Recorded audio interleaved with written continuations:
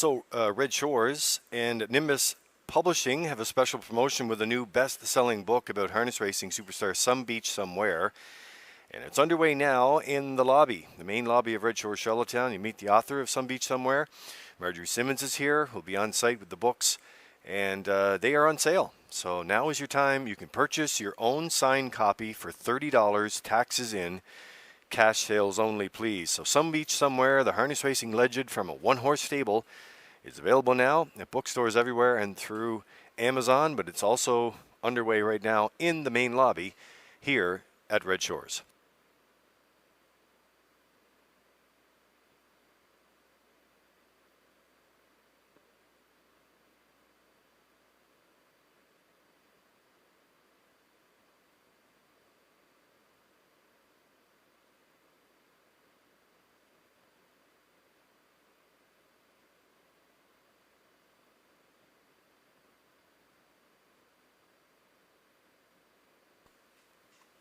Good.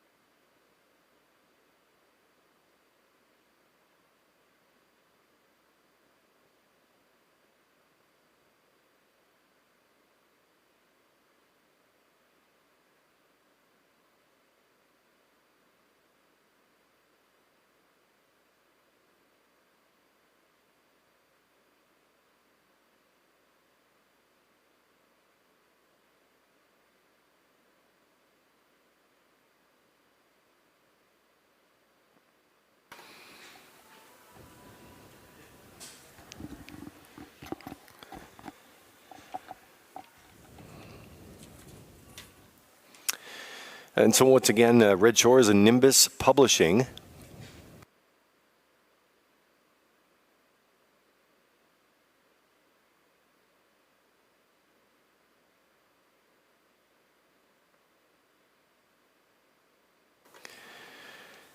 So Red Shores and Nimbus Publishing have a special promotion with the new best-selling book about harness racing superstar Some Beach Somewhere, and scheduled for tonight and tomorrow night, the main lobby. This is your chance to get your book and meet the author as well, Marjorie Simmons, who will be on site tonight and tomorrow tonight as well. $30 tax in, cash is only, please. Some Beach Somewhere, the harness racing legend from a one-horse stable, is available now at bookstores everywhere, including the main lobby and through Amazon.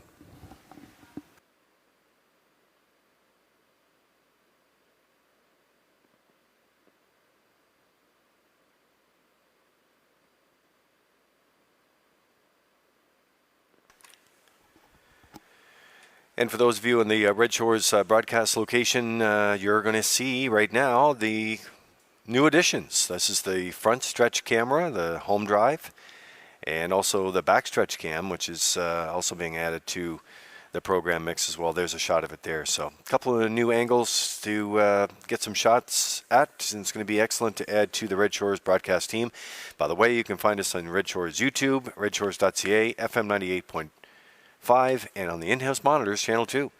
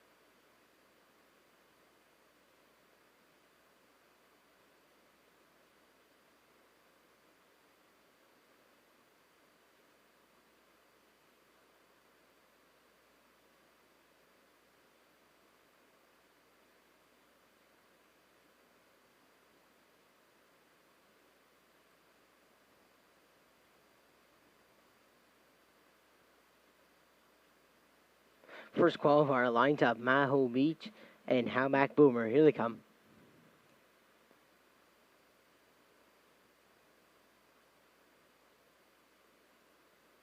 There they go. They're off and pacing. Maho Beach is leaving from the rail. From the outside is Howmack Boomer as they move around the turn. The leader is Maho Beach and Kenny Murphy. Second is Howmack Boomer.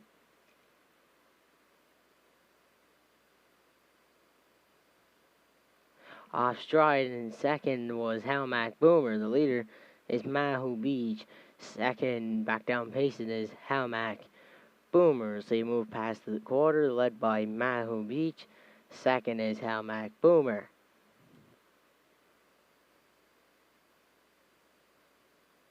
Quarters up 30 and 3. The leader is Maho Beach. Second and off stride once again was Howmack Boomer. So down the stretch they come. It's all Maho Beach bringing halfway home. Second and the trailer Howmack Boomer.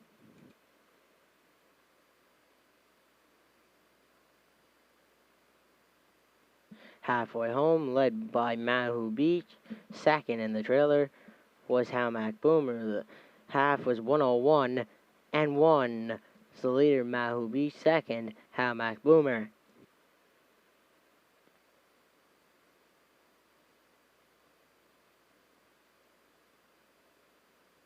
Going to 3/4, the leader is Maho Beach. Second in the trailer, Howmack Boomer. Passed by 3/4 and Maho Beach all alone in the front. The trailer second, Howmack Boomer. The 3/4 was up in 132 and 1. It's all Maho Beach. Second is Howmack Boomer. Down the stretch they come, and it's all Maho Beach. In line they Kenny Murphy. They go all the way in the first qualifier, first and only qualifier. Maho Beach wins. Second and off stride, Howmack Boomer.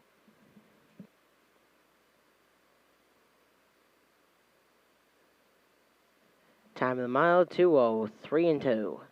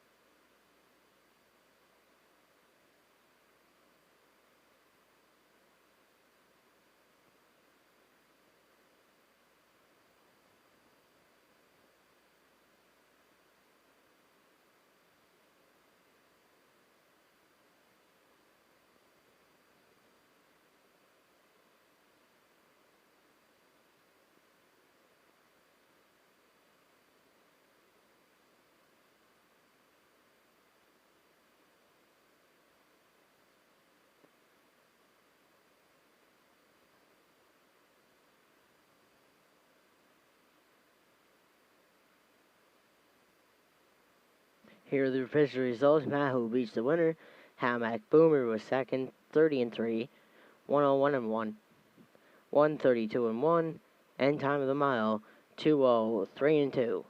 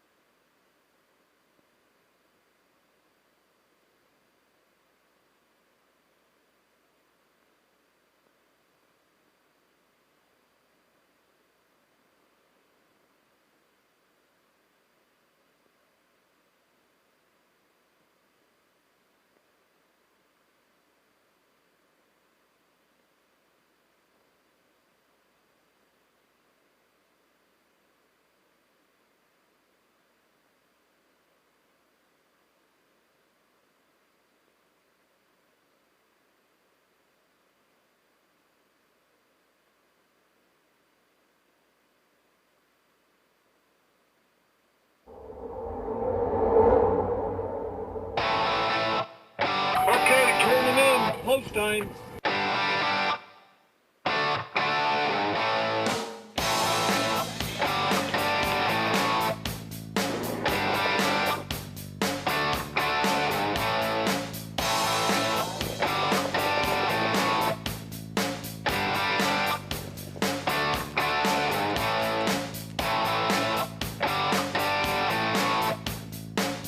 Broadcasting live from Prince Edward Island, this is Race Day.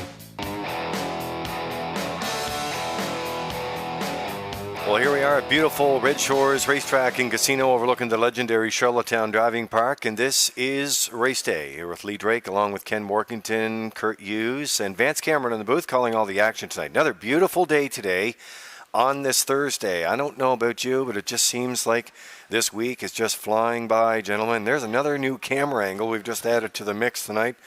That was the front stretch cam. I know we have the back stretch cam as well, and we have the Vance cam.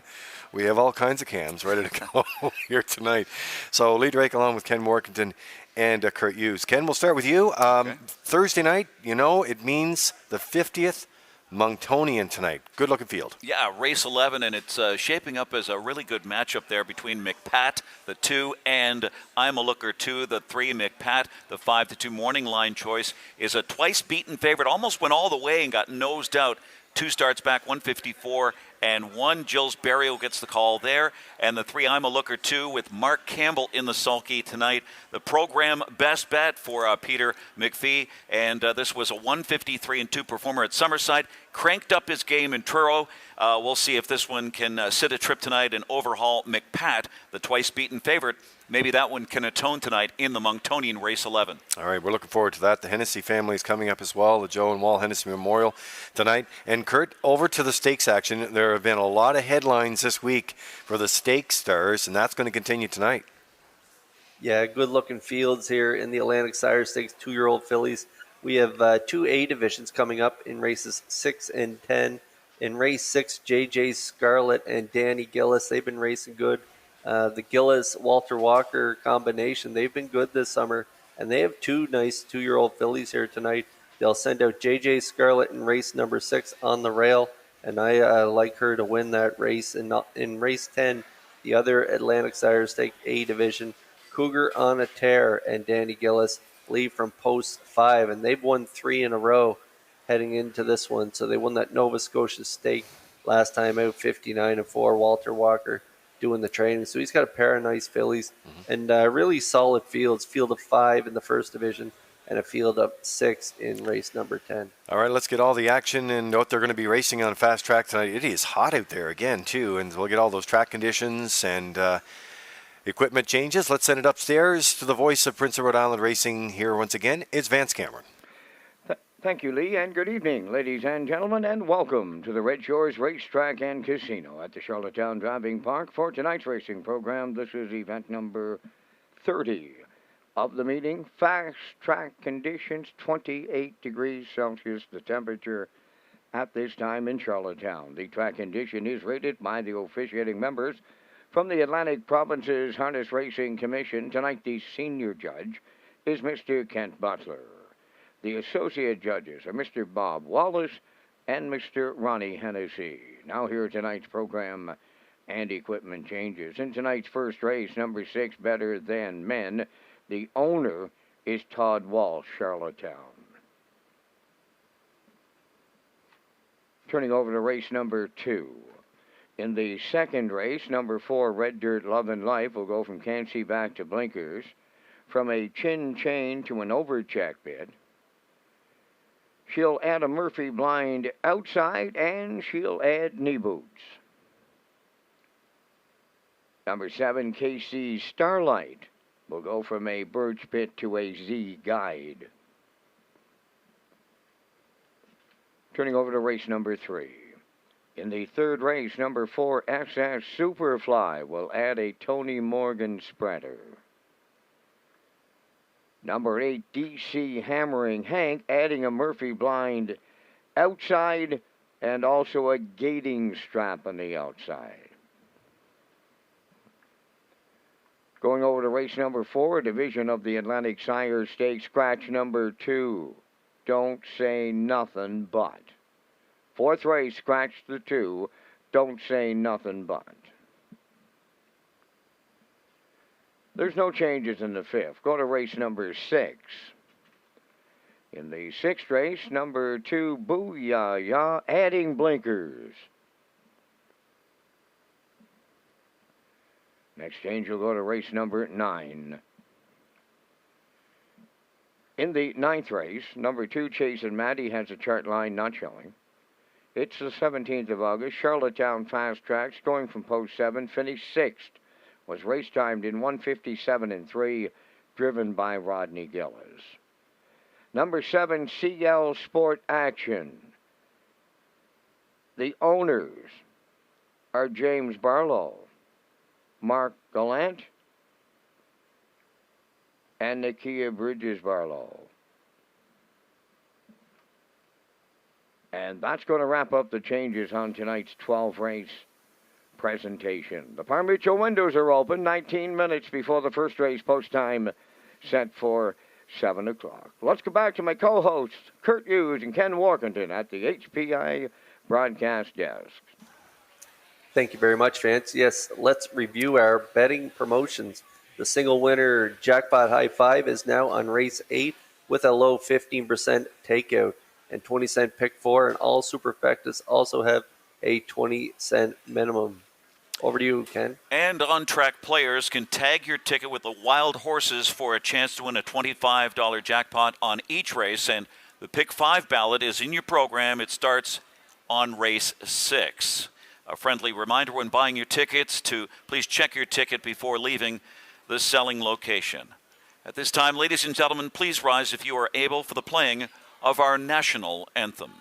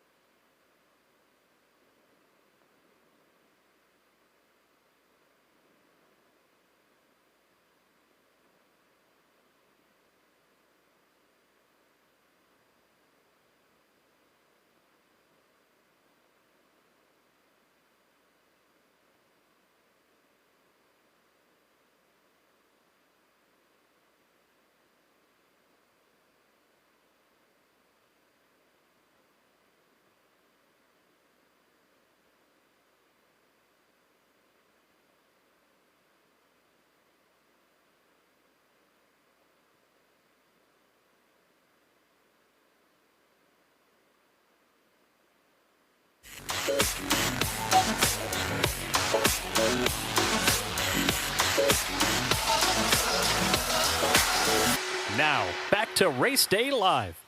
Well, 28 degrees here, fast track, beautiful night here on this Thursday as we're getting ready to the countdown to the Guardian Gold Cup and Saucer, guys, and it's here on Saturday night. So many different headlines developing today. I heard Ken and Rocky talking about it last night, all the different scenarios. I really enjoyed the segments. And guys, right now we're going to enjoy Some Beach Somewhere. Now, we'll start with you, Ken. I mean, Redshores, Nimbus Publishing, the author Marjorie Sims is here tonight on this great book, The Harness Racing Legend from a One-Horse Stable, and it's available. You can get your very own copy here. But what more can be said about Some Beach Somewhere and the fact now you have your own print copy? Yeah, and he, of course, he had a great career. He was a legendary racehorse and a prolific stallion as well. His progeny earned $85 million from just 6 crops, and we lost him way too early.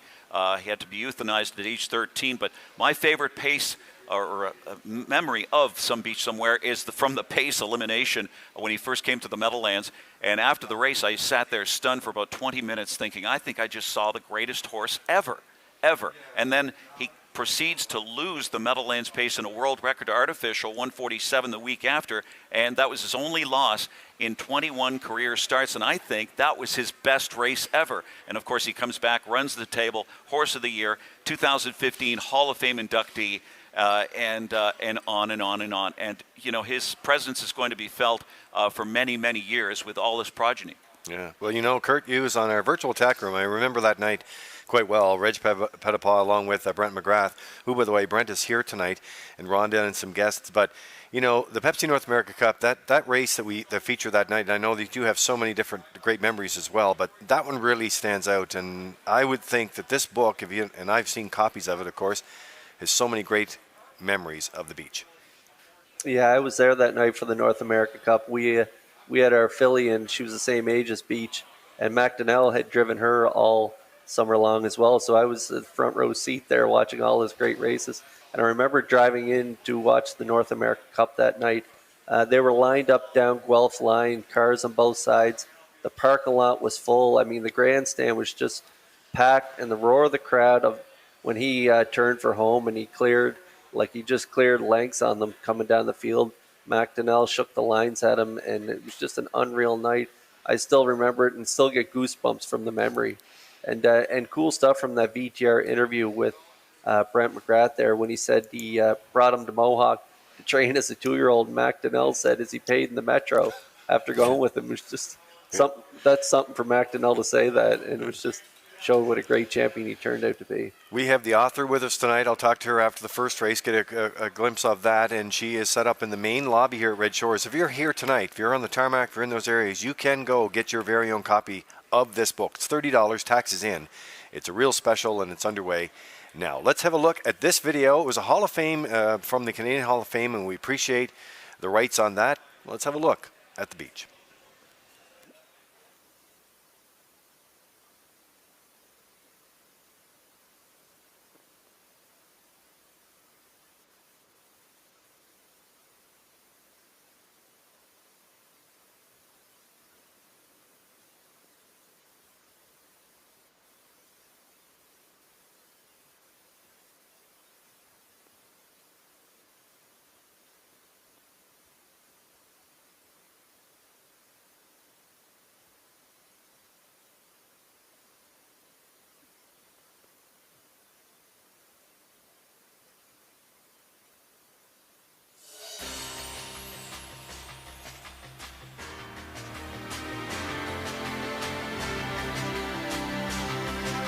He's big, he's strong, and he has got it going on. Some Beach Somewhere, and Paul McDonnell by 4.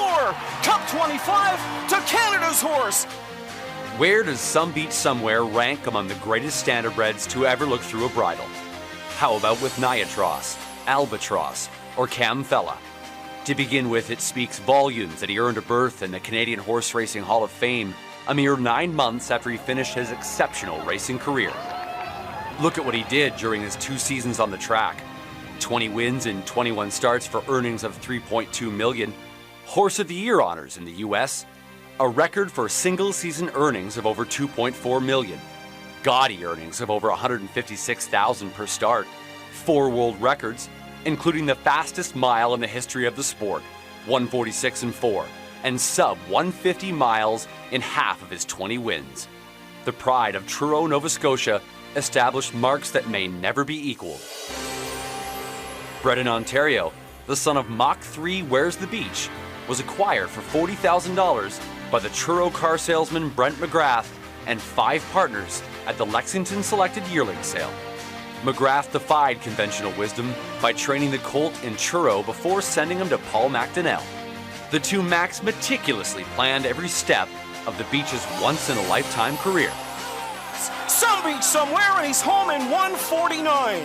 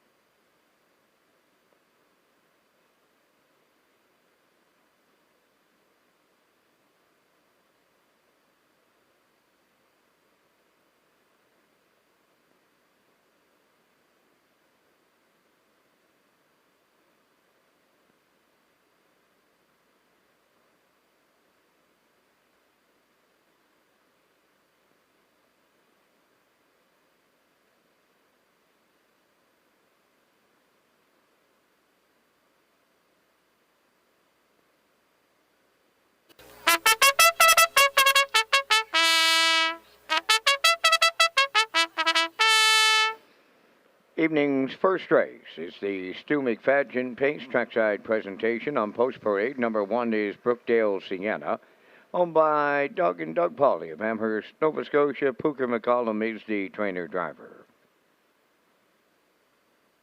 Crimson and Clover number 2 is owned by Morris Cody of Charlottetown. Kenny Arsenault trains and drives.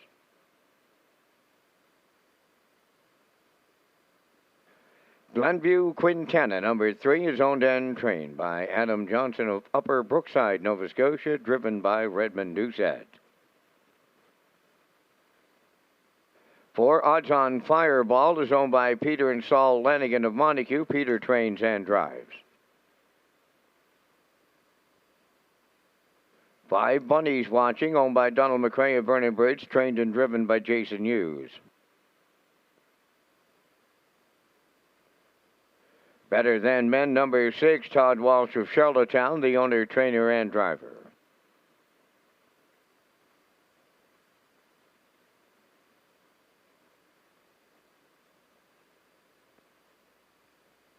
Seven, J.J. Jillian, Kenny Murphy in the driver's seat for owner-trainer Robert Phillips, Belfast.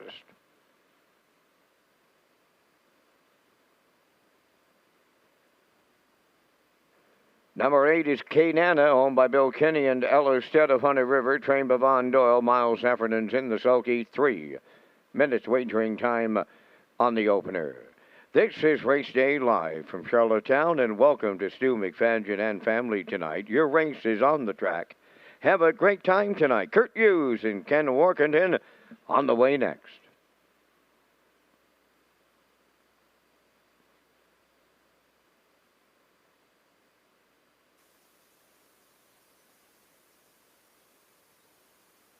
Great to have Stu McFadgen and his family at the track joining us tonight for the Stu McFadgen Pace. Stu's such a great guy and such a great supporter of this game over the years. And just great to have him and his family here tonight. They'll be trackside with the winners here. 3 minutes to post before the Thursday night opener.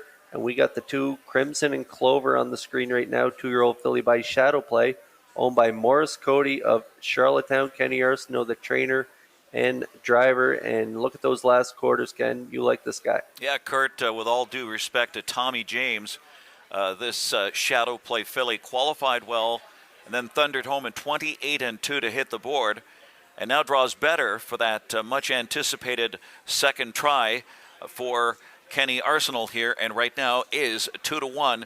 The co-choice with the 6 Better Than Men.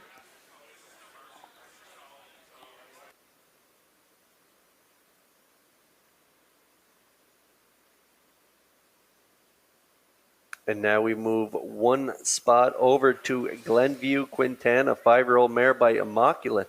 Red Doucette will do the driving tonight for trainer Adam Matthew Johnson. He is also the owner from Upper Brookside, Nova Scotia, and a good third DQ to 5th last time, Ken. Yeah, the Peter McPhee program or post-time pick here, 0 for 12, but fresh off an aggressive effort from post 8 and was disqualified. Now, off that effort, moves inside to set up another smooth stalking trip here for Redmond Doucette at 5-2.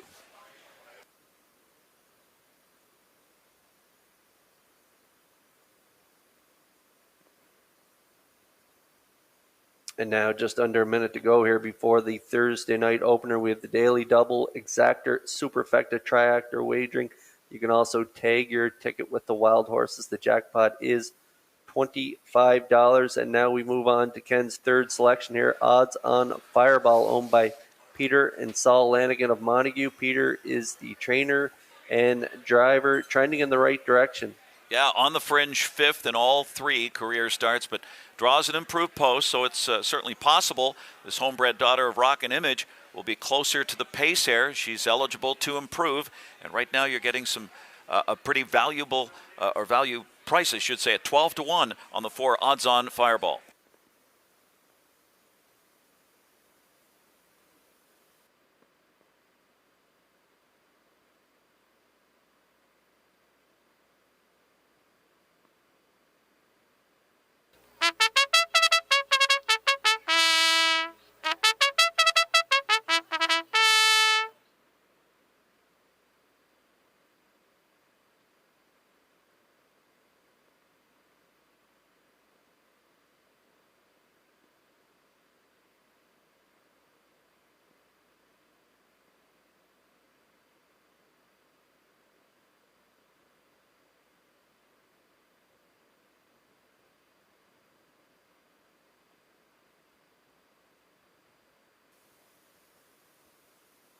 There's a look at the 6 on the screen right now. Better Than Men, owned by Todd Walsh. Todd Walsh is now the new owner on this 4-year-old mare by Better Than Cheddar. Shows some decent lines at Rito, 58-4 in that last outing, but got scorched in that last start there. 3 wide to the quarter and then parked the entire mile, a real tough mile. But prior to that, a couple trips in 57, making her Island debut tonight for driver trainer Todd Walsh right now.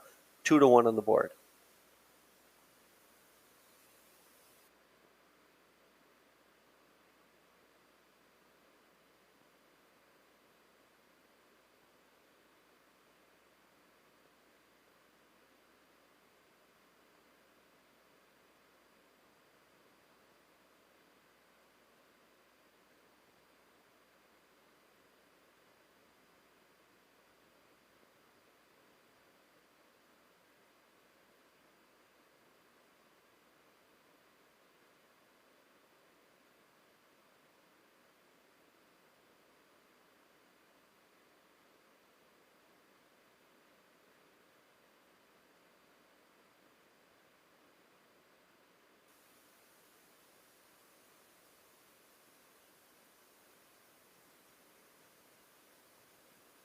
Great shot there. Great camera angle of the maiden filly mares moving in behind the Metro Home Building Center starting gate for tonight's first race. It is the Stu McFadgen Pace. Over to Vance Cameron for the race call.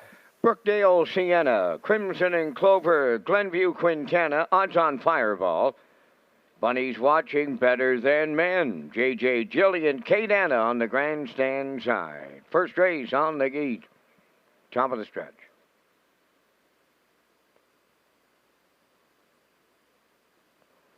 They're approaching a start.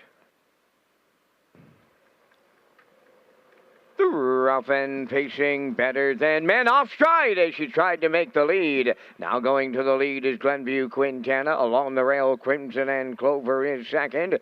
Third as they make their way around the turn, that is odds on Fireball. J.J. Jillian fourth. Then in fifth is Brookdale Sienna. Sixth is Bunnies Watching. Then Kate Anna seventh. And on the run at the back is Better Than Men. They are strung out, and I mean scattered early in here. On top of the opening quarter, Glenview Quintana for Redmond Doucette. Crimson and Clover will stick with the leader. Well off of them in third. Odds on Fireball. J.J. Jillian fourth. Brookdale Sienna races fifth. Now in sixth is Kate Anna. Bunnies Watching made a break. She's seventh. And the trailer, Better Than Men, 29 seconds flat was the opening quarter. They arrive at the half next, led by Glenview Quintana. Crimson and Clover second. Odds on Fireball third. Racing from fourth, J.J. Jillian. Then in fifth is Brookdale Sienna. Kate Anna is sixth. Bunnies Watching seventh. And the trailer, that is Better Than Men. 58-4 was the half mile. On past the 5/8, led by Glenview Quintana. Crimson and Clover second. Closing up third. Odds on Fireball. J.J. Jillian fourth. Brookdale Sienna fifth. Kate Anna sixth. Bunnies Watching seventh. Better Than Men, the trailer, on by the three quarters in 90 seconds flat. And Glenview Quintana still there. Crimson and Clover is second. Odds on Fireball third. J.J. Jillian fourth. On the outside, Brookdale Sienna fifth. And they're on their way home, led by Glenview Quintana. Crimson and Clover. Then it's odds on Fireball. Glenview Quintana and Redmond Doucette all the way. Crimson and Clover was second, finishing third. That was odds on Fireball. Time for the mile in 1:58.2.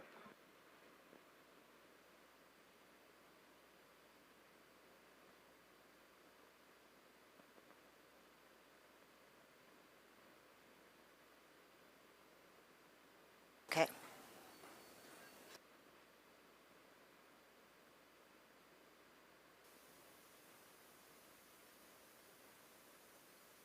Okay, we're going to get a look at the Universal Media slow-mo here for the Thursday night opener, and we see Glenview Quintana and Redmond Doucette shooting to the front here, Ken, and they go all the way.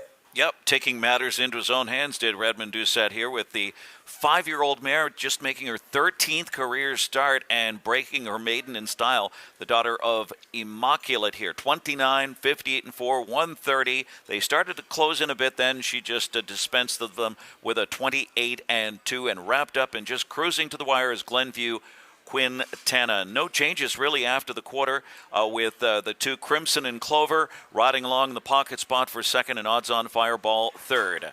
In the opener here at Red Shores, 3, 2, 4, Glenview Quintana up next in the winner's circle. Yeah, guys, and I just want to jump in here with the Stu McFadgen pace. Of course, Stu here tonight, our longtime friend here at the racetrack, and a great article in today's race program. Make sure you check that out. But the family's all here tonight, and no place you want to be other than that Red Shores Winter Circle. So great to have you here at the track tonight. Hope you enjoy your night, and we'll see you trackside with the presentation.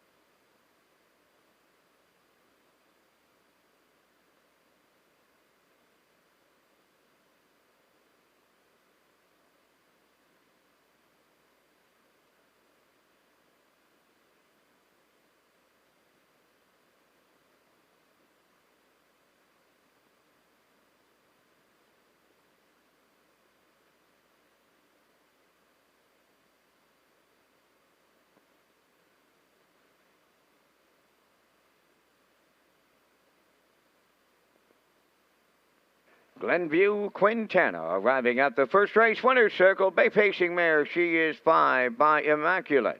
Off the Aces and Sevens dam, Bring It On Home. Owned and trained by Adam Johnson of Upper Brookside, Nova Scotia. Redmond Duzet put her on top at every call, pacing to a maiden record of 158 and 2. Glenview Quintana in the opener. Stu McFadgen down at trackside with the cooler presentation.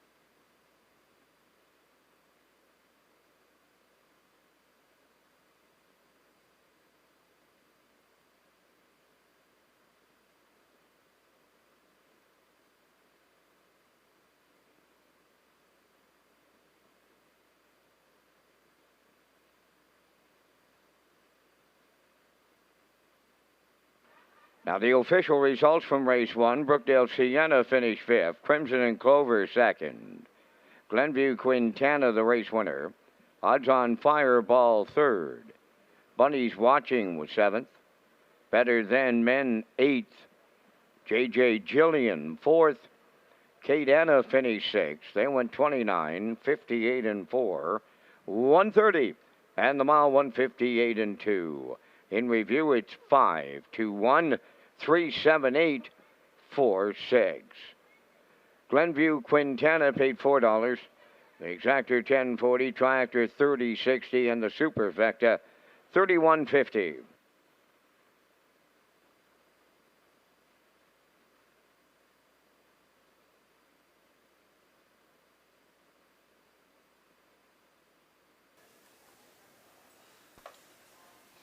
Okay, so beautiful night here in Charlottetown, and race number 1 is out of the way. And you heard us on the pre-race, the pre-game show about Some Beach Somewhere, the harness racing legend from a one-horse stable. Marjorie Simmons is the author, and what a pleasure it is to have Marjorie with me tonight. Welcome to Redshores, Marjorie. Thank you. It's my first time, and I'm so happy to be here. Yeah, you know, you're set up out front. You have this beautiful book that we've been talking about for the last couple of weeks, so we're really excited to have you here. I want to know what it's like, what it was like to get this project started, and how did it start for you? Well, you know, it took me about a year to understand how great a legend he was that had passed. And when I came to that realization, I thought, my gosh, I could have this opportunity to write this book. What an honor, what a privilege. And I thought, I've got to do this. This is one of these books that it's a must-have. I say it's a must-have because you signed your very own copy to me, and that's the cool thing about being here tonight. You get a chance to meet the author and go through it. But the highlights of the book for you, what it was like to work with Brent and Reg and the rest of the team and putting this together. How did that feel about when you really got immersed in it to see what kind of a great animal this horse was? Every time I did an interview, I'd think, well, I can't top that, and then I would. I loved meeting all the people who were involved. Schooner Stables, of course, each and every member of them, and then the breeder of Some Beach Somewhere, and just so many people that were a part of his life, and loved every part of all those interviews for sure, and just getting all the details of his life, which was so extraordinary. Something in the book, what if you could tell someone, of course, why they should have have this book. It's something for me to be able to go back and look at some of the people that are in the book and also the great highlights. So we'll get some more of that right after the post parade here. We'll come back with more from Marjorie and set that up.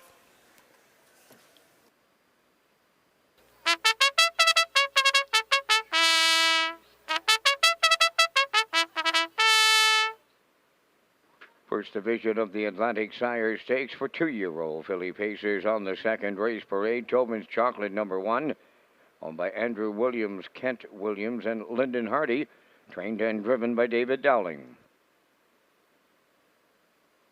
2 is Stone Beach Lily, owned by the Ultimate Stable, Todd and Trish Hardy, trained by Sifroy Malonson, Todd Trites.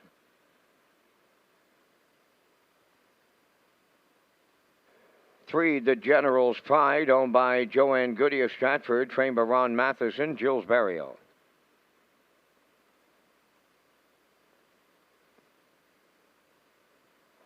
'Red Dirt Love and Life number 4, owned by Should Have Been On a Beach Stable of Charlottetown, trained by Curry White, Brody McPhee drives. 5 is Malice Intent, owned by Ian Banks, Ernest Gillen, Thomas Hocko Jr. and Danny Romo. Danny does the training. Mark Campbell drives.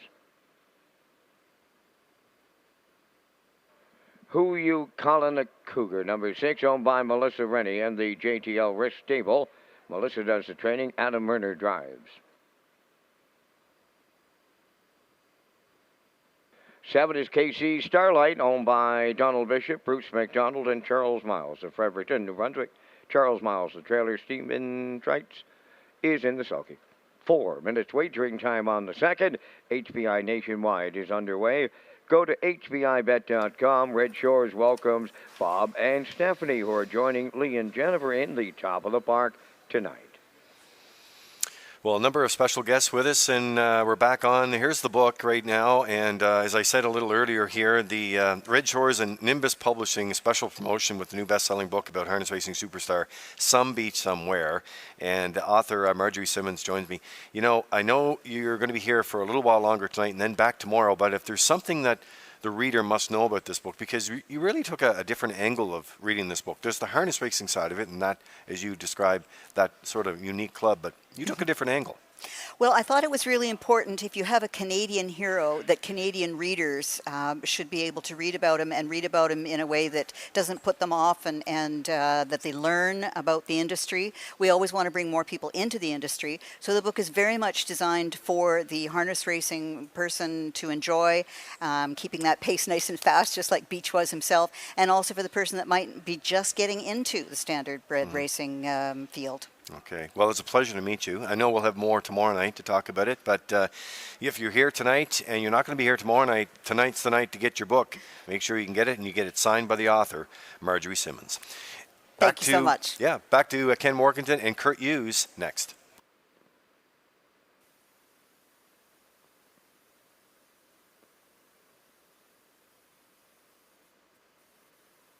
Okay, now back on the track we go here for race number 2. Just 2 minutes to post here, and we're getting a look at the 3. The General's Pride, a 2-year-old filly by Source of Pride out of the great mare that Ronnie Matheson had. General Lucky Percy. Joanne Goody of Stratford is the owner, and a really nice qualifier there, Ken. Yeah, in a race that looks like it's set up for a first-timer. Here is a promising filly by Source of Pride. She tripped out to win her lone qualifier with a confident rally, and Jules Barrio picks up the lines from an inside post, and the board is screaming here, odds on at 1-2.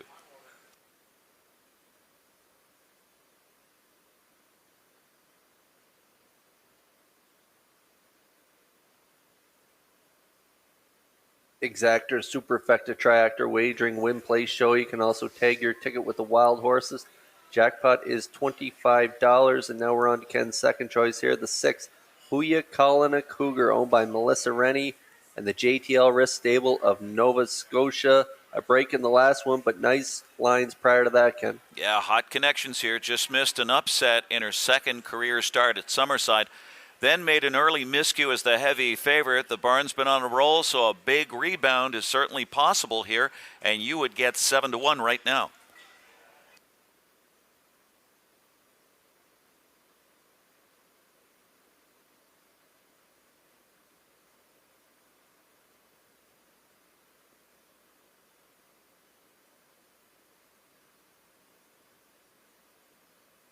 Okay, we're just about a minute away here from race number 2. Now we're looking at the 1 Tobin's Chocolate. David Dowling will do the driving for owner Andrew Williams, Kent Williams, and Lyndon Hardy. The 2-year-old filly by Stonebridge.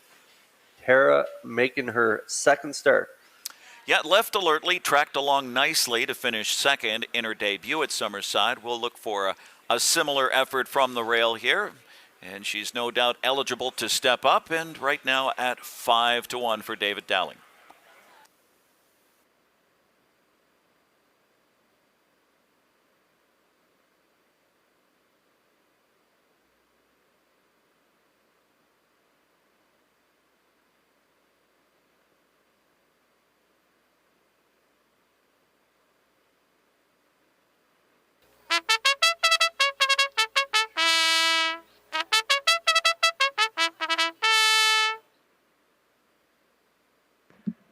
Terry Jane Taylor, you're needed at the race office, please. Terry Jane Taylor to the race office.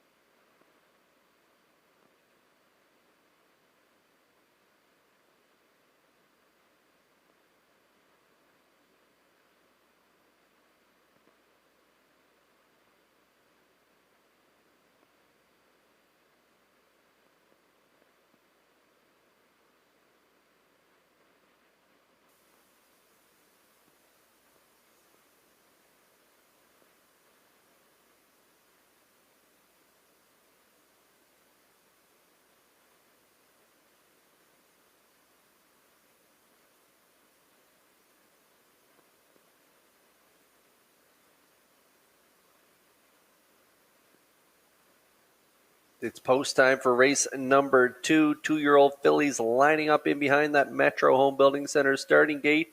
It's first division of the Atlantic Sire Stakes B division. Let's send it over to Vance Cameron for the race call.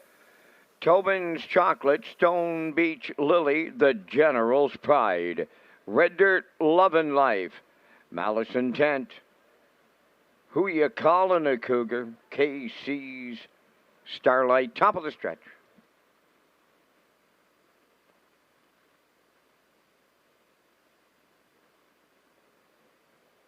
They're approaching a start.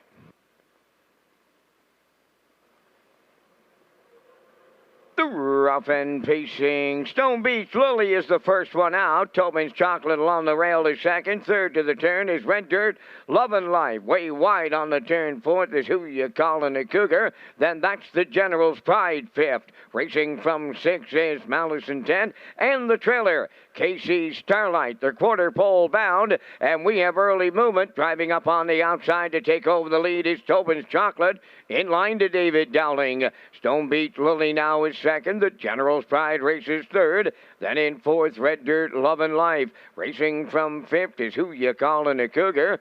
Sixth is Malice Intent. And the trailer, KC Starlight, 31 and 1. Opened it up as they arrive at the 3/8 pole, led by Tobin's Chocolate. Here comes the General's Pride on the move on the outside, up to engage the leader. Third at the rail is Stone Beach Lily. Racing from fourth, Red Dirt, Love and Life, moving up fifth on the outside. Who You Callin' a Cougar? Then in sixth, that is Malice Intent. And the trailer, KC Starlight. At the midway point in 101. And 4, into the turn led by Tobin's Chocolate. To her outside, Who You Callin' a Cougar now is second. The General's Pride tucked in at the rail third. Stone Beach Lily has fourth. On the outside fifth, Red Dirt, Love and Life. Up the inside sixth is KC Starlight. Outside of seventh, that is Malice Intent. 3/4 coming next, and Tobin's Chocolate along the rail, the leader. At her wheel, Who You Callin' a Cougar? Third, the General's Pride. 3/4 up in 1:32 and 1. They're on the turn for the second and final time. Down to 1/8 of a mile to go. Tobin's Chocolate bringing them home. Who You Callin' a Cougar is second. The General's Pride third. Red Dirt, Love and Life fourth. Deep in the stretch now. First division of the Atlantic Sire Stakes to Tobin's Chocolate and Dowling. Second, that is Who You Callin' a Cougar. Finishing strong up third, that's KC Starlight. 201 and 4.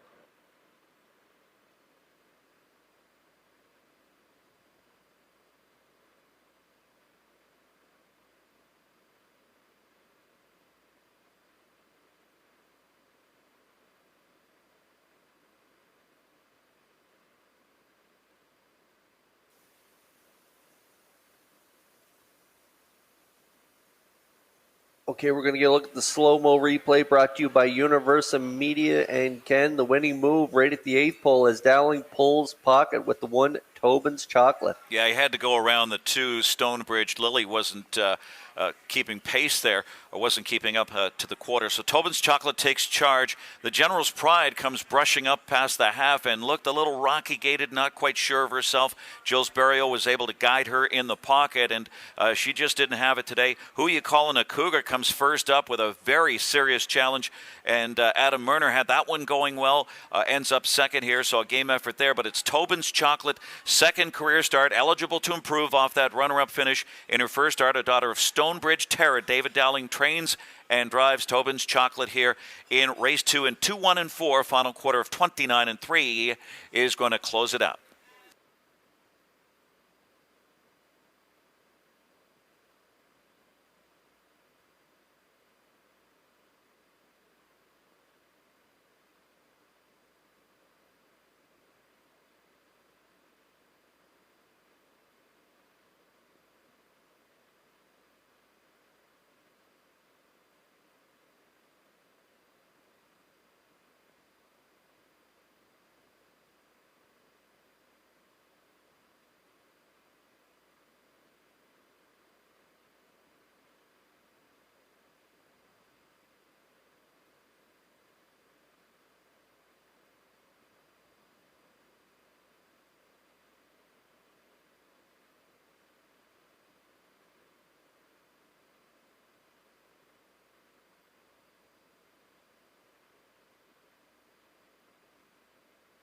Tobin's Chocolate arriving at the second race winner's circle. Bay facing Philly 2 by Stonebridge Terror. Off the Estrellas Dam All Chocolate, owned by Andrew and Kent Williams and Lyndon Hardy. This filly bred by Wendell Williams of Ellerslie. David Dowling does the training and the driving. The mile of 2:01 and 4 becomes a maiden record. On number 1, Tobin's Chocolate, down at trackside, the Atlantic Sire Stakes cooler presentation.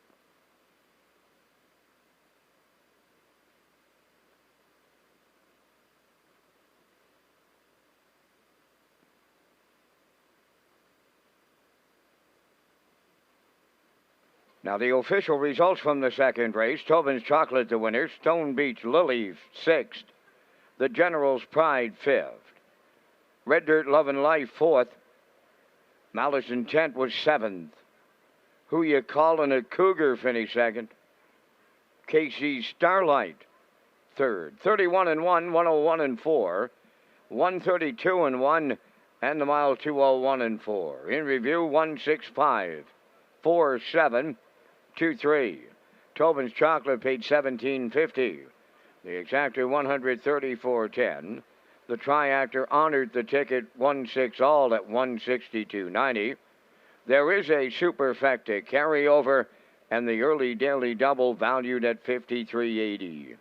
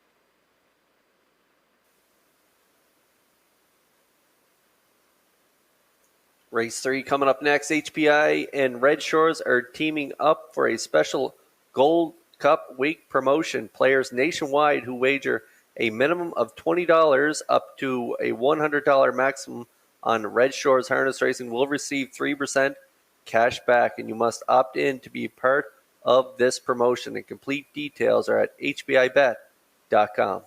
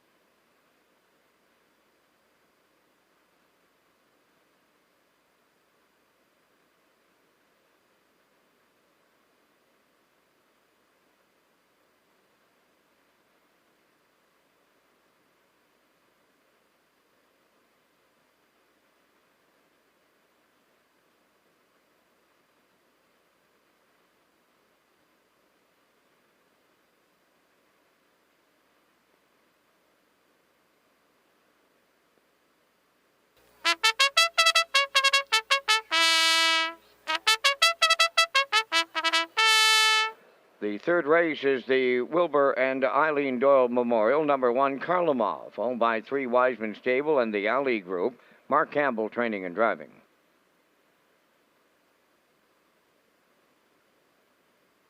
2 is Salzbrook Raptor, owned by Jody Sanderson, Sean McIsaac. Salzbrook Stable Incorporated, trained by Danny McDonald. Jules Barrio drives.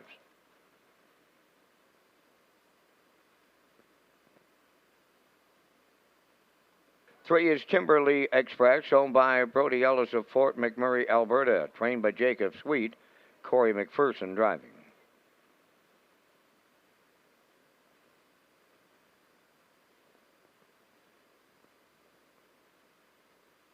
4 is SS Superfly, owned by Willie McCabe at Albin. Willie does the training. Miles Heffernan drives.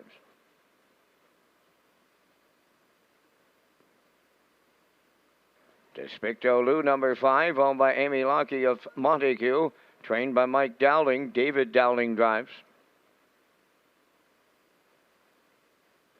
6 is Salzbrook Devon, owned by Walter Simmons, Wade Sorey, and Sam Hashem, trained by Wade Sorey. Austin Sorey drives.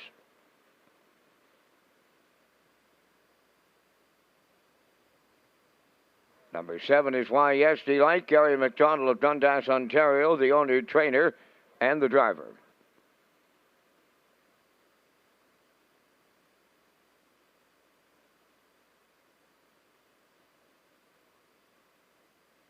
Number 8 is DC Hammering Hank, owned by Dave Kelly and Charlene Cipher of Springvale.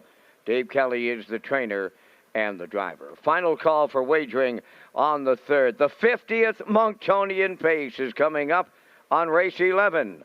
Ken and Kurt will set up the field with a special mention to Guy Gaudette, a respected longtime horseman from Moncton. And gentlemen, if I might share just a story from Moncton, the half-mile track in Dieppe. I used to go over and fill in for Howie Trainer when I was a teenager. Warren Lutz was the manager of the track at the time. French was not my subject at all. The post parades were horrible. I hope that the race calls were a little better. Over to you, gentlemen. Sounds great. Well, we're celebrating the 50th Monktonian Pace with the longtime horseman Guy Gaudette. Guy started walking horses back in 1946, and in 1948 he went to work for Harvey Cormier. He actually learned his horse racing and blacksmith skills from one of the greatest horsemen in the history of the Maritimes, Harley Harrison, in Truro in 1950. In 1951, he headed to Quebec for several years. He had his first drive in 1952, and in 1955, he came back to the Maritimes at Brunswick Downs to work for Dr. Austin Delaney at Brunswick Downs. He got his first lifetime win in 1955 in Charlottetown with a horse by the name of Bellbank with a mile of 2:11. In 1966, he was the top leading driver with 36 wins, 21 seconds, 21 thirds at Brunswick Downs. Yes, and in 1972, Dr. Delaney sold his stables to Francis Bellevaux, and Guy stayed on to work for Francis until 1975 when he decided to start his own stable. And that year he enjoyed his best season ever with being the top driver with 57 wins. Out of those wins, 47 were with horses from his own stable. With that being said, he holds the record at Brunswick Downs with the most wins from one stable. His last win was in Truro back in 1991 with Amazing Curtis in 202, owned by Ray Frazier. In November of 2000, and he recently jogged a horse from Jackie Arsenault's stable at the age of 88.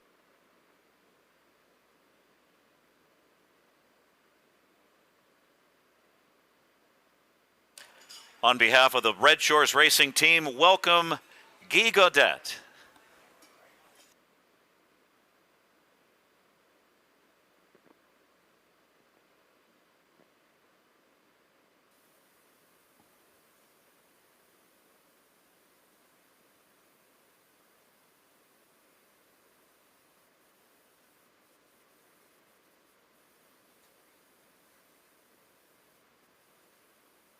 Okay, run out of time to get a ticket here on race number 3 as we're back on track. The 2 Salzbrook Raptor, owned by Jody Sanderson, Sean McIsaac, and Salzbrook Stables, a 2-year-old gelding by Shadow Play, Gilles Barrio will do the driving for Dan McDonald, making his second start, Ken. Yeah, qualified with good vigor. Then flashed some sneaky late pace in his debut, and now as post improves, Barrio retains the mount here for a possible upset. I like the price, 5-1.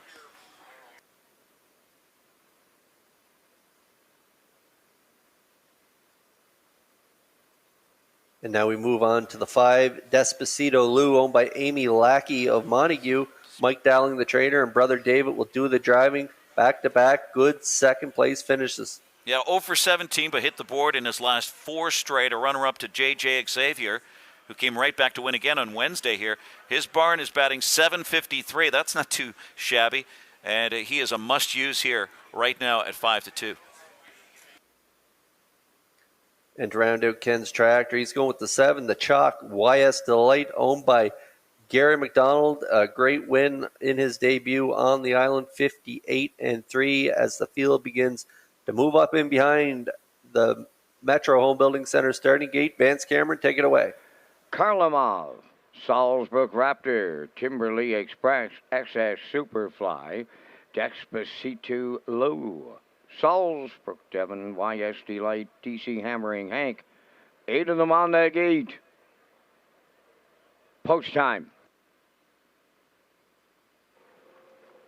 Rough end pacing, YS Delight is leaving. Despacito Lou between horses. Salzburg Raptor is on the rail as they race round the turn to get away for Timberley Express. Up from the outside to be 5th.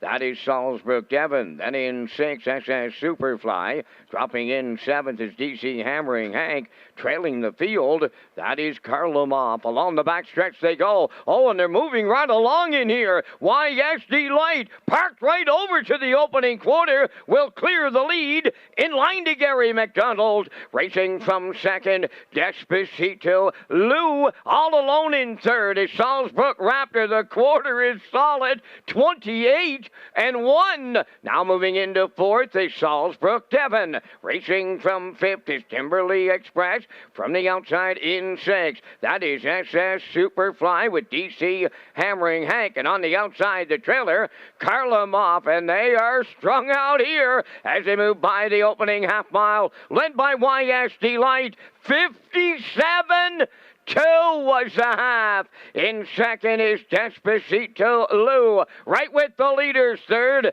Salzburg Raptor. That's a large gap to 4th. And Karlamov coming 3 wide to move up 4th. In 5th is SS Superfly. From the outside, DC Hammering Hank is now 6th. Moving into 7th, Timberley Express. Now the trailer, Salzburg Devon. They arrived at 3/4 in 1. 28-1. They're on the turn for the final time, led by YS Delight. That is Despacito Lou in 2nd. Racing 3rd is Salzburg Raptor, and they're headed on home now. YS Delight looking to close it out. In 2nd, Despacito Lou, but it's YS Delight in line to Gary McDonald. Despacito Lou was 2nd. Salzburg Raptor 3rd.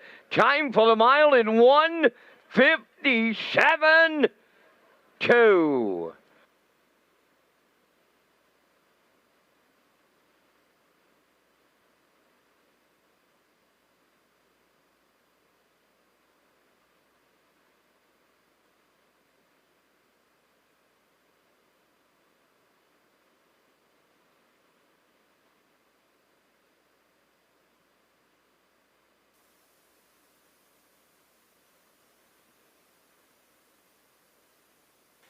Okay, we're going to get a look at the Universal Media slow-mo, and the chalk choice doesn't disappoint in here, Ken. No, YS Delight is right down the road here to repeat off 2 days rest. A winner here on Monday, all the way wire-to-wire 158-3 and right back here. But under submerging tonight with Gary McDonald, 28-1.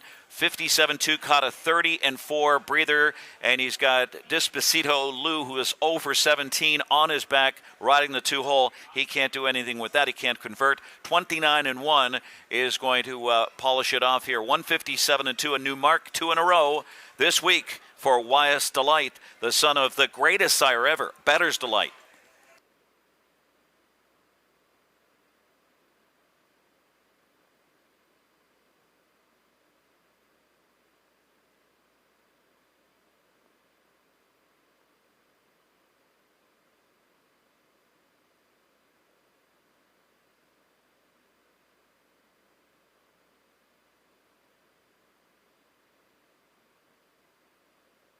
YS Delight in the third race winner's circle.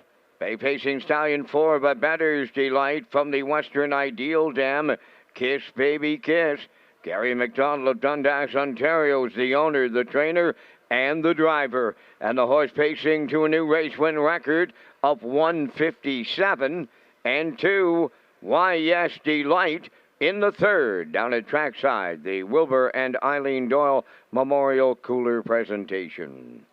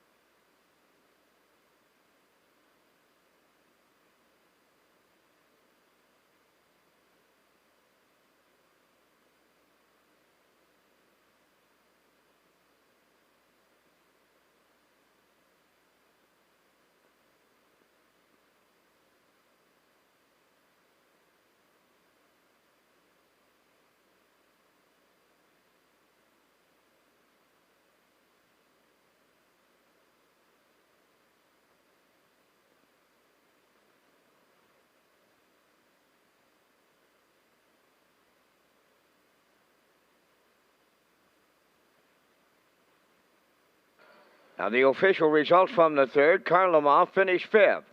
Salzbrook Raptor third. Timberley Express seventh. SS Superfly was sixth. Despacito Lou second.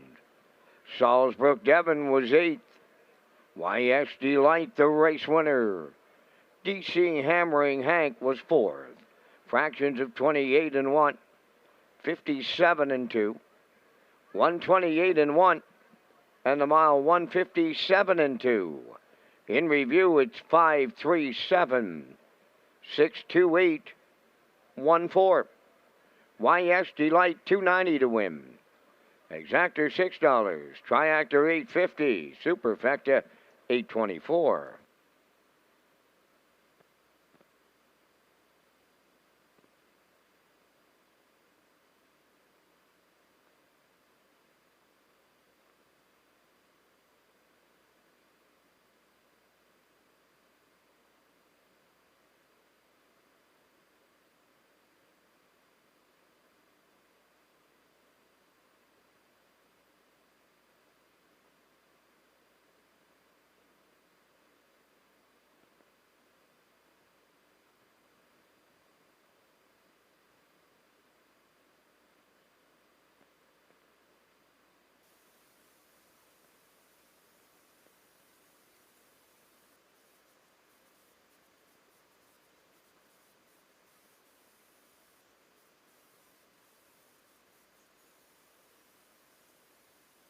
The top trainer standings at Red Shores, Charlottetown, presented by Clarence Farm Services and Equipurina Canada for all your equine feeds and needs, please visit Clarence Farm Services or your local Purina dealer, proudly serving Atlantic Canada for over 50 years.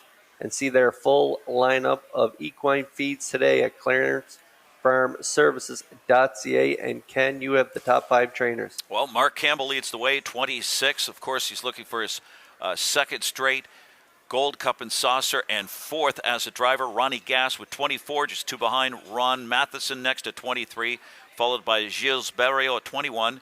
Jason Hughes, 14. Jennifer Doyle, Kevin McLean tied at 13. Tom Weatherby at 11. Kenny Arsenal, 10. And Jeff Holmes rounds out the top 10 with 9 in the top 10 trainers at Red Shores.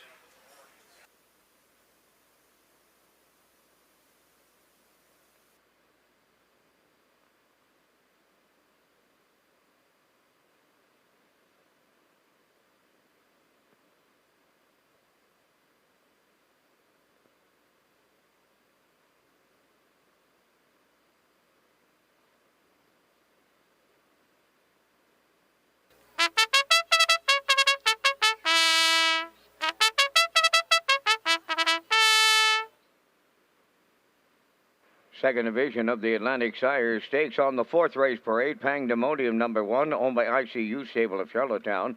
Kenny Arsenault training and driving.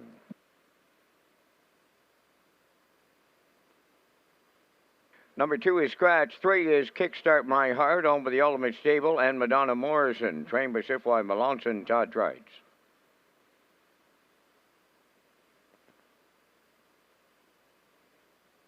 Candy Apple Red, number 4, owned by Inner Rush Stable of Kensington, trained by Eddie Doucette, Corey McPherson.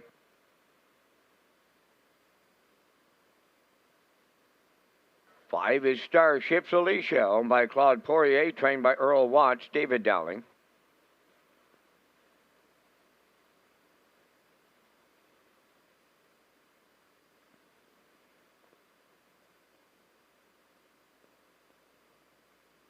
Six is J.J. Linda, owned by Jennifer Baxter of Windsor. Matthew Williams of Newport Station, Nova Scotia, trained by Joe Baxter, Walter Sheffery drives.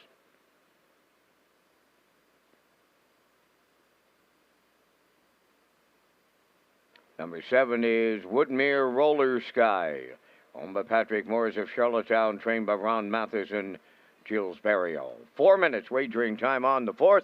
Ken Workington and Kurt Hughes on the way next on race day.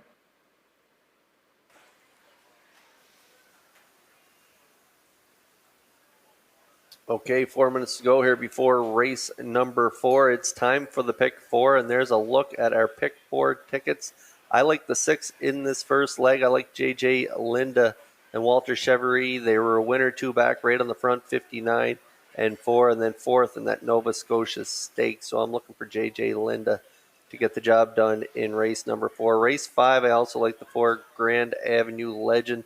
The Blue Knight Jason Hughes gets the call after a few tough trips from post number 7 and a win there down DQ'd to 3rd, 57-2 for Heffernan. I'm putting this guy on top of my ticket, and so I like him in the second leg. In leg number 3, I'm going with the 1 in there, JJ Scarlett and Danny Gillis, reeled up 2 in a row, 57-2 in their latest, so I like her in race number 6. And then race number 7, I'm going with Mrs. Dragonfire here, getting another crack at this 451 level where they finished 3rd last time out. She's a better mare than she's shown, so I like her to round out my pick 4. Ken, yours? Well, Kurt, it looks like we completely disagree. In the 4th race, the 4 Candy Apple Red, I love the wake-up effort in her 3rd career start. Race 5, the 1 Southwind Brawn was our pick to click. She came up with the mile of her life, 158 on Monday. Race 6, the 5 Woodmere Jazz, who won her first 3 starts this summer, took a mark of 157-4 in Truro, and we'll cap off our ticket with the 4. That's Mia Bad, who's been blanked in 5 starts this season, but this is a class drop scenario that is certainly hard to ignore. 4-1-5-4 for me. Good luck.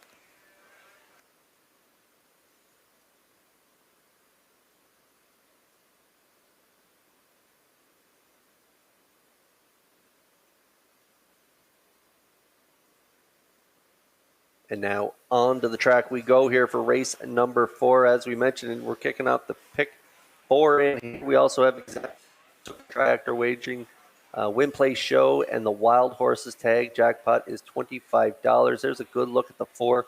Candy Apple Red scoring down for Corey McPherson, owned by Inner Rush Stable of Kensington. A good second last time out, Ken. I like that score down, looking very, very sharp there. Loving the wake-up effort, too, in her third career start. Displayed sudden speed and just missed. Very positive move there. This might be the spot where she can go all the way with a similar effort, and we've got 5-1.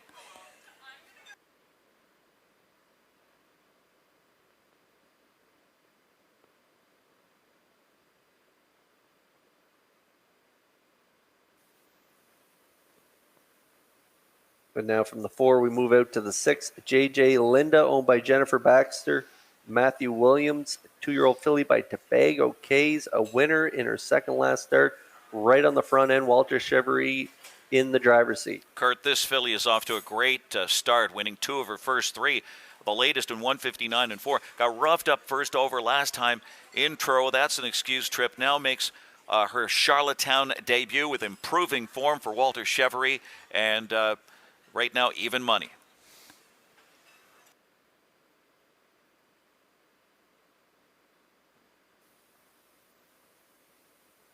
And now we get a look at Ken's third choice, Starship Alicia, the 5, owned by Claude Poirier.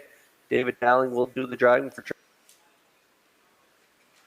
Yeah, this one went all the way to break her maiden in 2-1 and 1, 2 starts back, and it was right here. Goes back to David Dowling tonight. Looks to rebound off a no-chance mile, and 5-2 on the board. Right now, the current second choice. We like 4-6-5.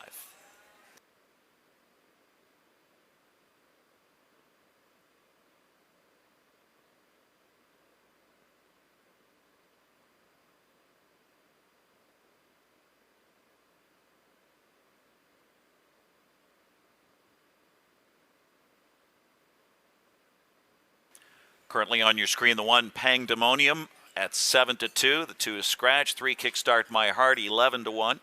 4, Candy Apple Red, 3-1. Also 3-1, the 5, Starship Alicia. At even money, the current favorite 6, JJ Linda.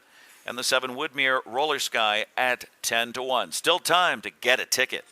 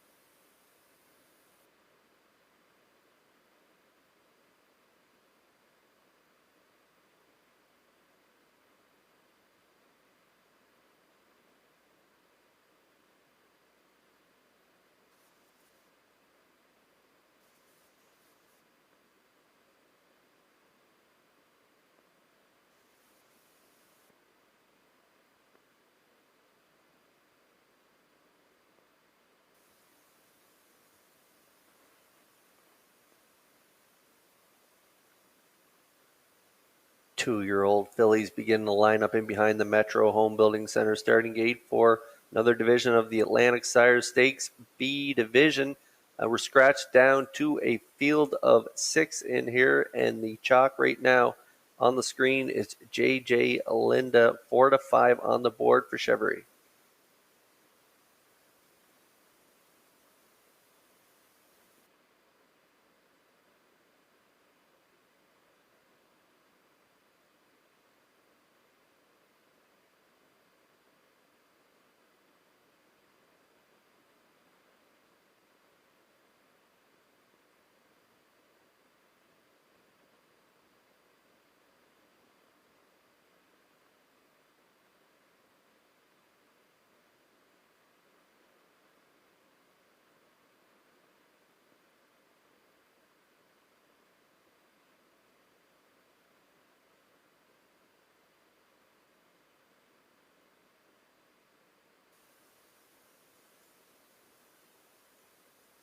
Second choice at 5-2 is Starship Alicia. 7-2 you're getting on Candy Apple Red here for Corey McPherson as the 2-year-old fillies line up in behind that Metro Home Building Center starting gate. Over to Vance Cameron for the race call. Pandemonium, Kickstart My Heart, Candy Apple Red, Starships Alicia, J.J. Linda, Woodmere Roller Sky, top of the stretch.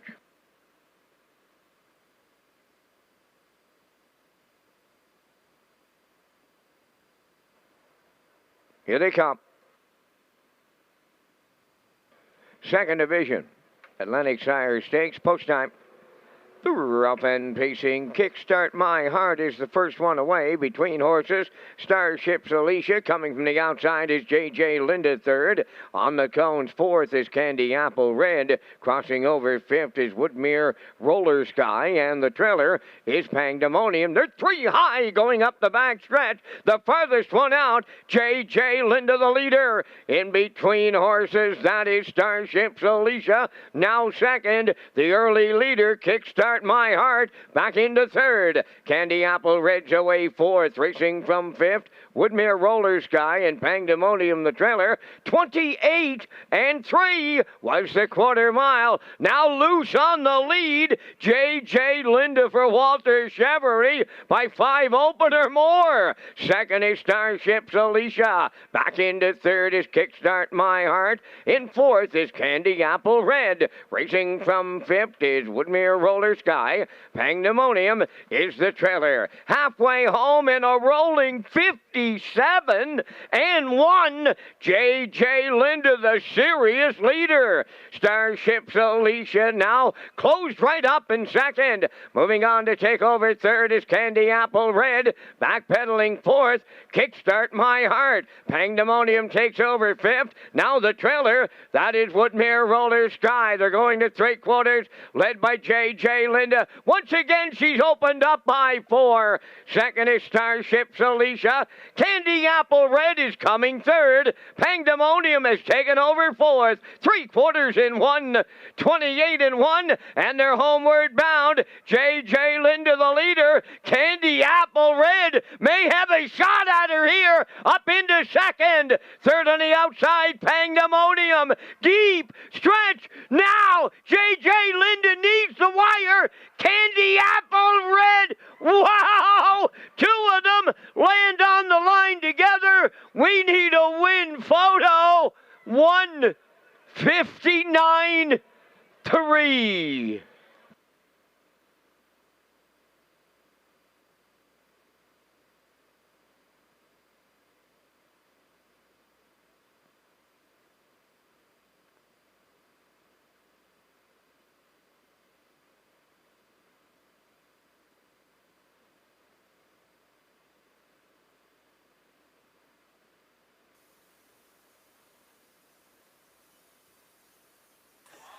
Wow, what a finish here in race number 4 as we get a look at the Universal Media slow-mo. The 6, J.J. Linda and Chevery, they put up the hot fractions, but it was Ken Workington's top choice in here, Candy Apple Red.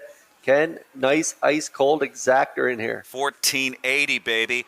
And J.J. Linda kind of aired it out here. 28-3, 57 and 1, 28-3 second quarter, and then started to slow down. 31 second third quarter, 128 and 1. 31 and 2 coming home here, 159 and 3. And Candy Apple Red had a lot of ground to make up as they are well strung out and gapped out here.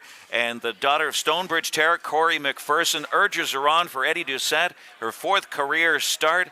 And does she get there? It looks like it. Candy Apple Red, J.J. Linda, those two to the wire in a photo.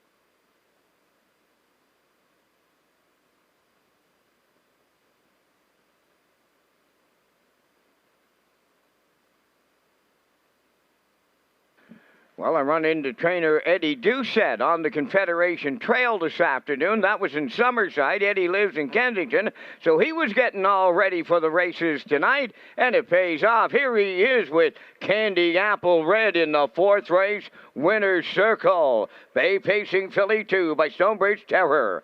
Off the incredible Finale Dam, Fox Valley Chateau. Owned by Inner Rush Stable of Kensington.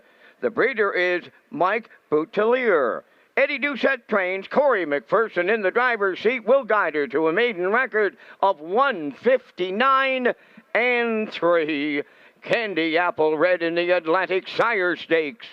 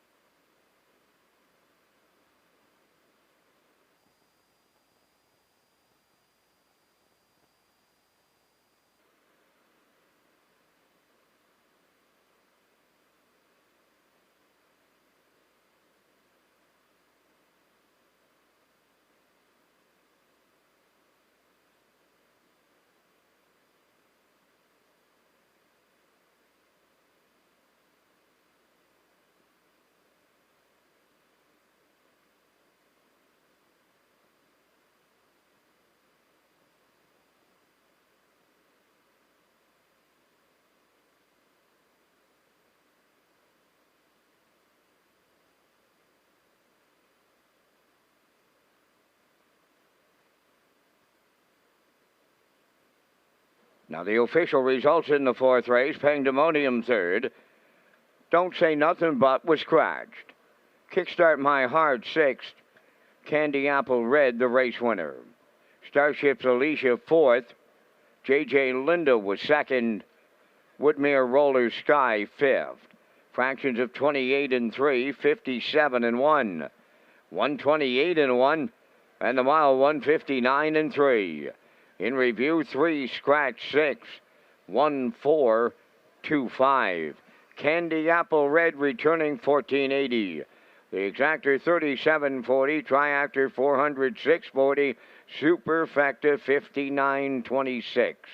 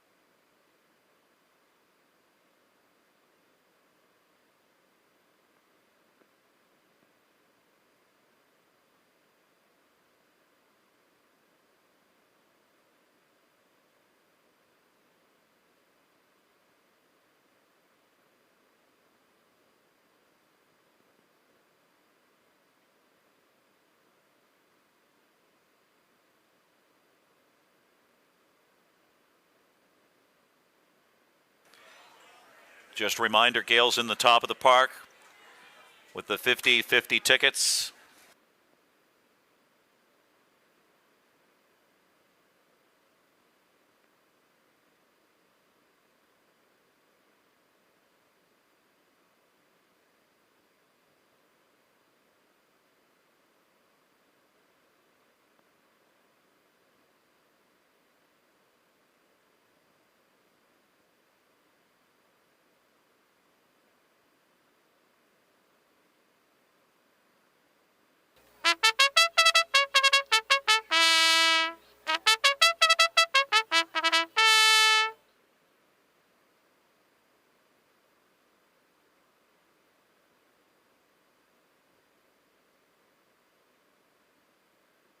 On the fifth race post parade, it is the Joey and D. Arsenault Memorial. Number 1 is Southwind Braun, owned by Jennifer Doyle and Danny Bird of Vernon Bridge. Jennifer does the training. Adam Murner drives.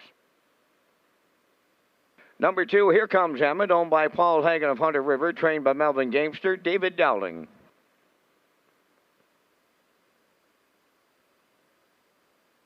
3 is Phantom Shadow, owned by Peter Bro and Ann McCauley of Moncton, New Brunswick, trained by Tommy Weatherby, Mark Bradley. 4, Grand Avenue Legend, owned by Thane Arsenault, Jack Arsenault, Deborah Wilson, and Barry McLeod. Thane Arsenault does the training. The drive goes to Jason Hughes.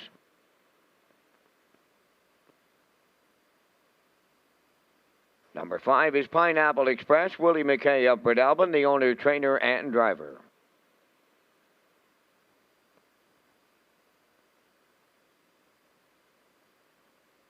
Monty's Gone Marble, number 6, owned by Jeff and April Murphy of Iroquois, Ontario, trained by Kyle Gillis, Mark Campbell.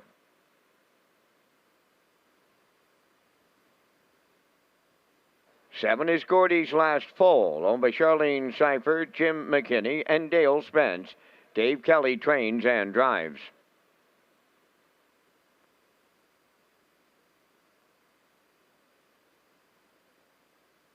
Number 8 is Big Bad Bruiser, owned by Neil Mose of Cornwall. The trainer-driver is Neil Bambrick, and you have 3 minutes wagering time on race number 5. Red Shores and Nimbus Publishing have a special promotion with the new best-selling book about harness racing superstar, Some Beach Somewhere, and author Marjorie Simmons, who is set up in the main lobby tonight. You can stop by and purchase your own copy of the book.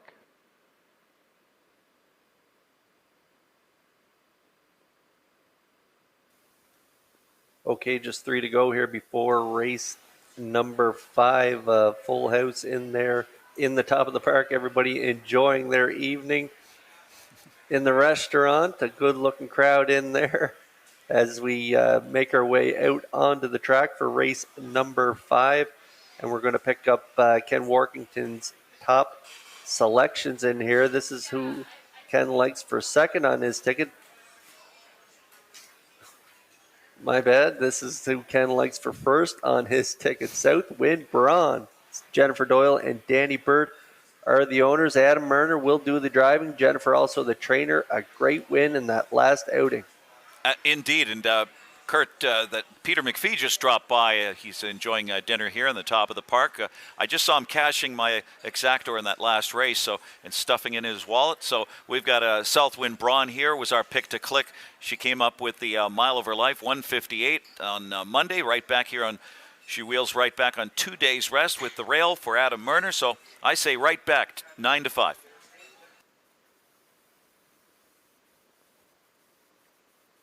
Okay, now we're going to get a look at the virtual attack room episode where we talked to Brent McGrath. It was about Some Beach Somewhere, so have a listen. Some Beach Somewhere at the top of the stretch has come on to take the lead, and Some Beach Somewhere now is cruising down the stretch drive. The 10th Battle of Waterloo final goes to Some Beach Somewhere and Paul McDonnell. Front of the game was second. Bull Even Bruiser was third. Samurai Sealter was fourth. 1:55 flat. Some Beach Somewhere wins the Battle of Waterloo. So, Brent, there it is again for you. You had a look at it, and, and you go back to that race. I'm sure it brings back a lot of memories for you. But, again, just how impressive was that win for you in that particular day? Well, it was huge. I mean, it's $300,000, and I mean, that's a huge win for a young fella from the Maritimes that's been used to dealing in cheaper horses and racing for lesser money. And, it was kind of a mission that we set out to do, and he got the job done. So we were successful. And still then we didn't know the road that we were on, the ride that he was going to take us on was still a long ways from our mind. We turned down $750,000 for him that week, that night, the first win. And, and that didn't seem like a great big turn down to us with 6 of us in on him. And, it was just, it was a tremendous win. And of course we got 150 of the 750 we were offered, and still owned them. And yeah, it felt good, and it was just the start. It was a great way to start a career. I mean, I love 2-year-olds. I'm a 2-year-old person, and that's a great race. I like half mile, and so did beach, and yeah, it was special for sure.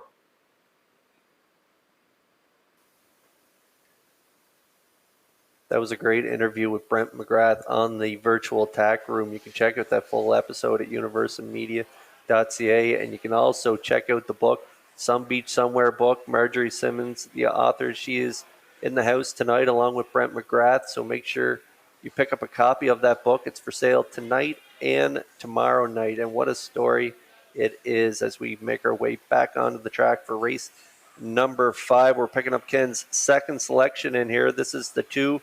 Here Comes Emmett, owned by Paul Hagen of Hunter River.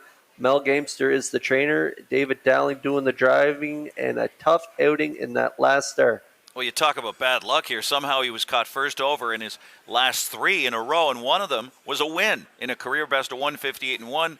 He moves inside here where he can rebound off an impossible trip, and he's 6-1.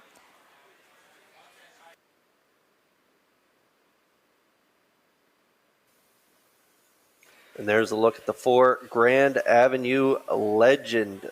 A tough outing in that last outing as well. Jason Hughes picks up the drive for Thane Arsenault, Jack Arsenault, Deborah Wilson, and Barry Peter McLeod. Trained by Thane Arsenault. You know this guy well. Ken, you like this one for third. Yeah, shout out to Thane Arsenault and best of luck here. This guy raced his heart out last time, caught wide from post 7, used hard first over, makes the switch to the Blue Knight here, draws better. Good luck to the Arsenals here. Grand Avenue Legend right now is 2-1, strong action on the board.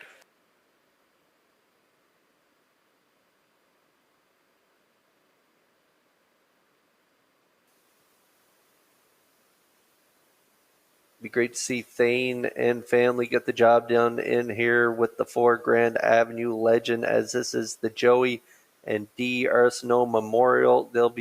Family will be trackside with the winners, and they are lining up in behind that Metro Home Building Center starting gate. Over to Vance Cameron for the race call. Southwind Braun, here comes Emmett, Phantom Shadow, Grand Avenue Legend, Pineapple Express, Monty's Gone Marble, Gordy's Last Fall, Big Bad Bruiser, top of the stretch.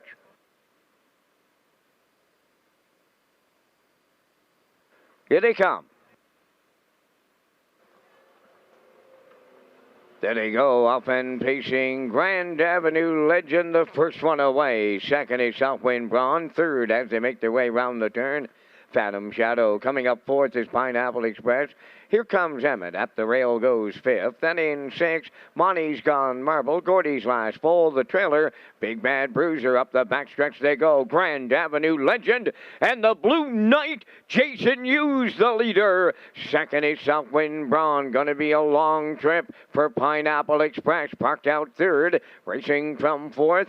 That is Phantom Shadow. On the turn and going 5th is Here Comes Emmett. 28 and 3/4. Racing alone in 6th. Monty's Gone Marble. Gapping big time in 7th. Gordy's Last Fall with Big Bad Bruiser 8th. Down the stretch they come. Approaching the opening half mile. Grand Avenue Legend halfway home. Second is Southwind Braun. Third at the rail. That is Phantom Shadow. On the outside, 4th is Pineapple Express.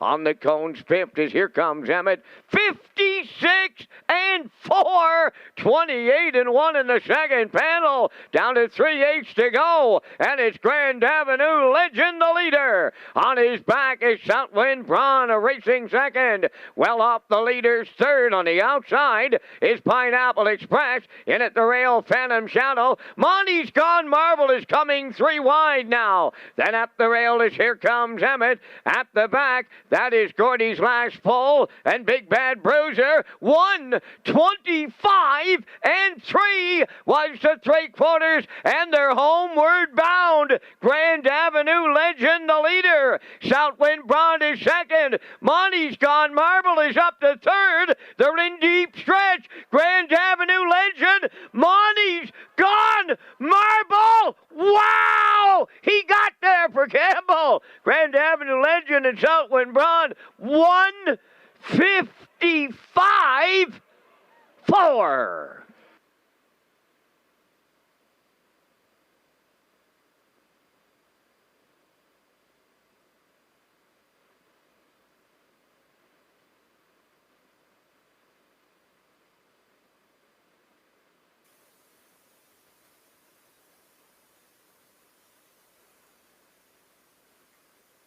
Wow, what a finish here in race number 5. It is the Joey and D. Arsenault Memorial. And we've seen Grand Avenue Legend and the Blue Knight Jason Hughes. They were missionized tonight, Ken. And I don't know what kind of fisherman Mark Campbell is, but he reeled in his competition here tonight. Well, Kurt, where in the world did he come from? He was forced wide from an impossible spot here, but the table was set 28-3, 56-4. 125-3, 28-1 and 28-3 quarters there, and home in 155-4, 30-1. Grand Avenue Legend gives it the old college try on the engine here. Can't quite hold off Monty's Gone Marble, a 3-year-old gelding by Better Than Cheddar. Mark Campbell gets up in time and snaps the 0 for 16 Schneid here at $11.80. It is Monty's Gone Marble in the 5th with the upset rally.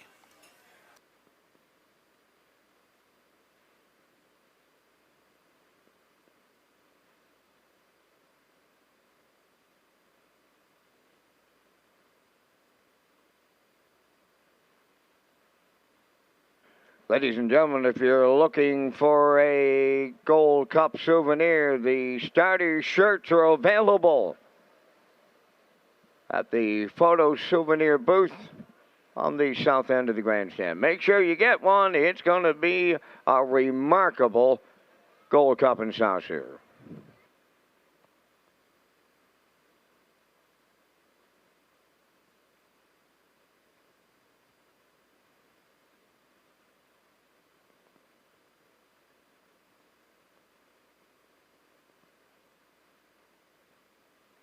Monty's Gone Marble arriving at the 5th race winner's circle. Bay Pacing Gelding 3 by Better Than Cheddar. From the No Pan Intended Dam, Rainbow Delight. He's a homebred of Jeb and April Murphy of Iroquois, Ontario, trained by Kyle Gillis.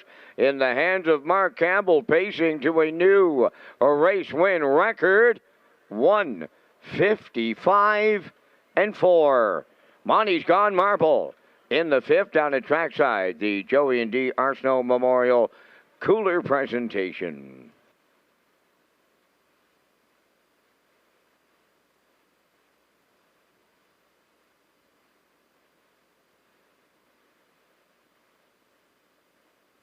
This race replay is brought to you by Sintrack Print and Graphic. Here they come, and it's Sintrack for the win with exceptional print products, exceptional graphic design services, and exceptional value. Sintrack Print and Graphics, 902-892-7719.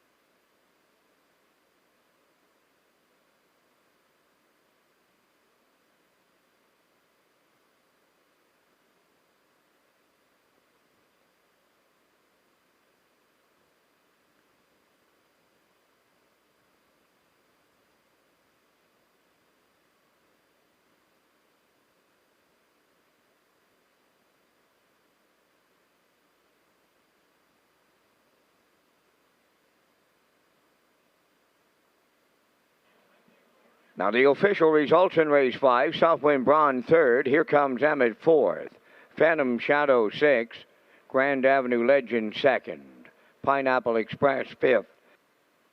Money's Gone Marble was the race winner. Gordy's Last Foal was 8th, Big Bad Bruiser 7th, fractions of 28 and 3, 56 and 4, 125 and 3, and the mile 155 and 4. In review, 346, 251, 87. Money's Gone Marble paid $11.80. The Exactor 34.20, Triactor 62.40, Superfactor was $14.96.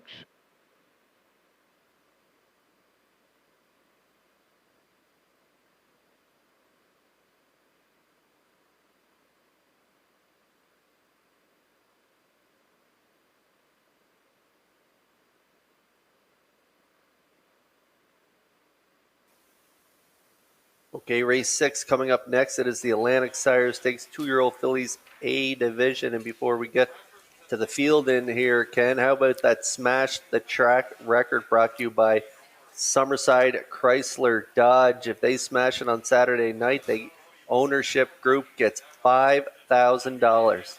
Yeah, the $5,000 Smash the Track record promotion. If the winning horse in the 62nd edition of the Guardian Gold Cup and Saucer smashes the track record of 150 and 1/5, the ownership of the horse will receive a check for $5,000 from Warren Ellis and family of Summerside Chrysler Dodge. The $5,000 Smash the Track record in the Guardian Gold Cup and Saucer from Warren Ellis and family of Summerside Chrysler Dodge. And Kurt, do you think they can do it? I do think they can do it. That is an amazing field coming up on Saturday night. It sets up to be such a great race, and they definitely got a shot after watching those 3 trials. A lot of talent going behind the gate there.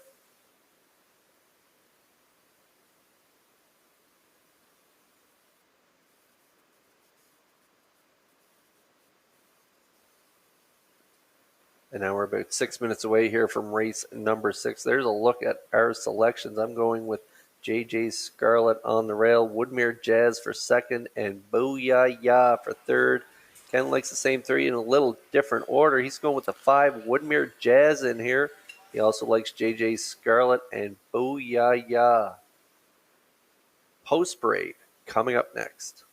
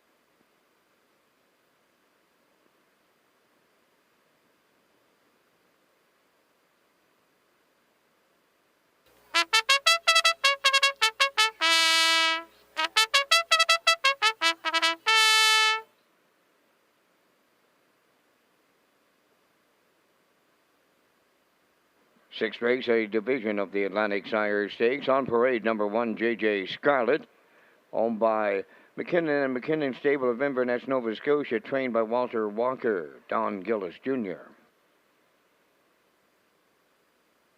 Booyah Ya, number 2, is owned by Hugh McCacken from Inverness, Ali McCacken from Truro, Nova Scotia, trained by Robert McLeod, Mark Campbell. West River Glow, number 3, owned by Haley McDonald Stratford, Claire McDonald Training and Driving. 4, Saltwater Storm, owned by Kyle Gardner, Mike Curry, and Jerry McKinnon, trained by Tommy Weatherby. Brody McPhee drives.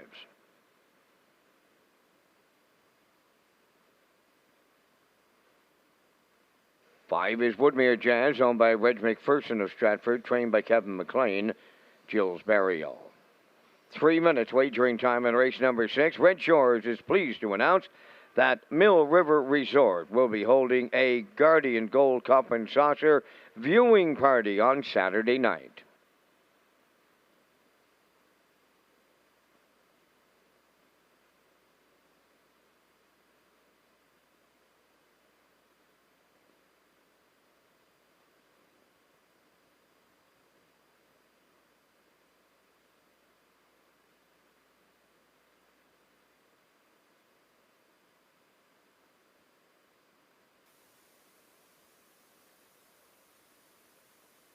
Okay, 3 to go here before race number 6. It is our first look at the A Division fillies for the Atlantic Sire Stakes.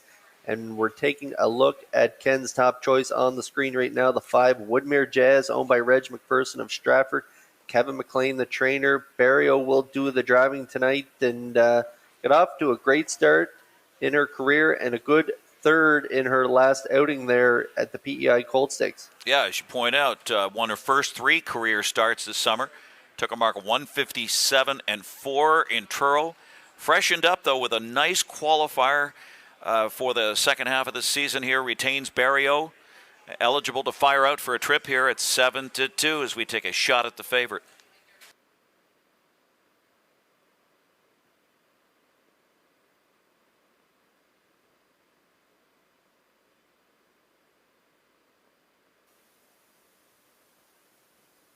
And now we move into the favorite on the screen right now. There is the 1 JJ Scarlet, owned by WWGG Mac McGinnis McKinnon stable of Inverness. 2-year-old filly by Tobago K's. Walter Walker is the trainer, and Danny Gillis will do the driving. They've reeled off 2 in a row with their last outing, their best so far. Yeah, well, you can tell this filly's learned her lessons well and progressed to win her last 2. Her latest, an impressive wire-to-wire in 157 and 2/5 in Truro. She figures to be tough to track down here from the rail with a good start at 6-5.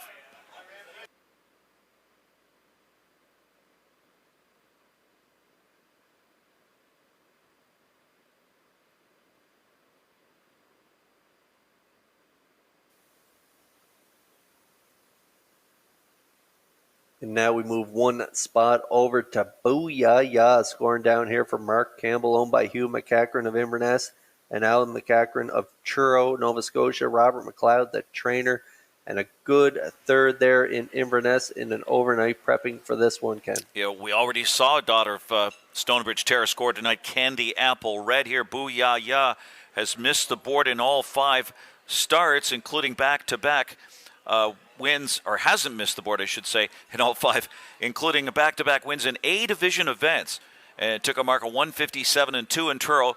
And tonight, reunited with Mark Campbell, looking for a back-to-backer tonight, draws inside again, and hey, what's not to like, 9-5.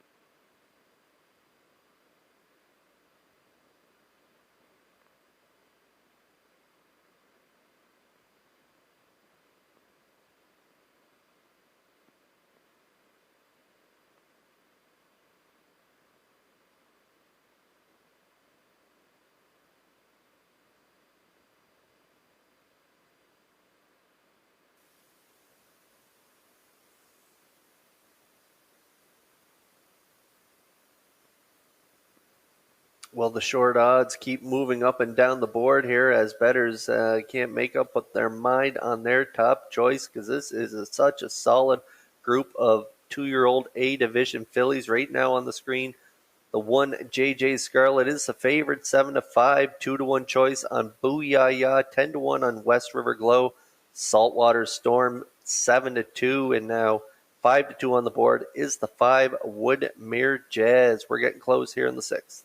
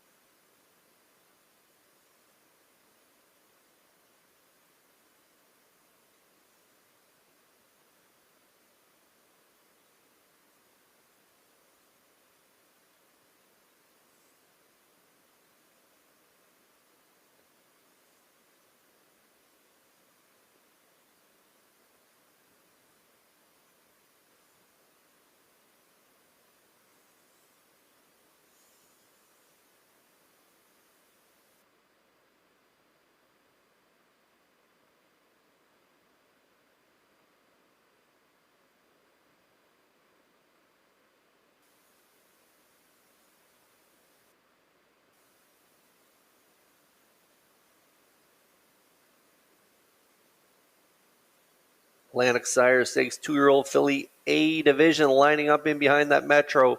Home Building Center starting gate for race number 6. Over to Vance Cameron for the race call. J.J. Scarlet, Booyah, West River Glow, Saltwater Storm, Woodmere Jazz, top of the stretch.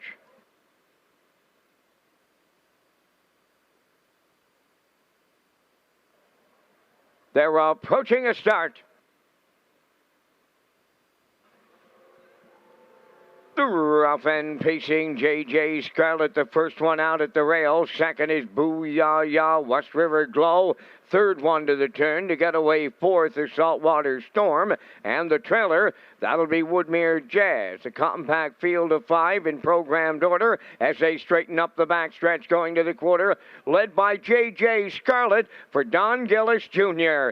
Booyah set up for the 2-hole ride. West River Glow is away third. Then in fourth, it's Saltwater Storm. And Woodmere Jazz is trailing the field. They arrived at the opening quarter in 29 and 3. J.J. Scarlet got him there. She'll be leading up the 3/8 pole. Racing from second is Booyah. West River Glow continues third. Then it's Saltwater Storm fourth. And the trailer fifth is Woodmere Jazz. No movement as they arrive at the midway point, led by J.J. Scarlet. Booyah continues second. Then in third, it's West River Glow. Back into fourth, Saltwater Storm and Woodmere Jazz, the trailer. 59 and 1 for a half a mile, approaching the 5/8, and on the lead, that is J.J. Scarlet. Booyah giving chase in the 2-all. West River Glow is back into third, up on the move on the outside fourth. Woodmere Jazz is underway. Now the trailer, Saltwater Storm by the 3/4. Oh, and they're picking them up, and they're putting them down now. J.J. Scarlet opening up. Clear by 5, 3/4 and 1:29 flat, and it's all J.J. Scarlet. Second is Booyah. Now in third, Woodmere Jazz. This Atlantic Sire Stakes goes to J.J. Scarlet and Don Gillis Jr. in a romp. Booyah second, Woodmere Jazz third. The mile in 1:57. 1.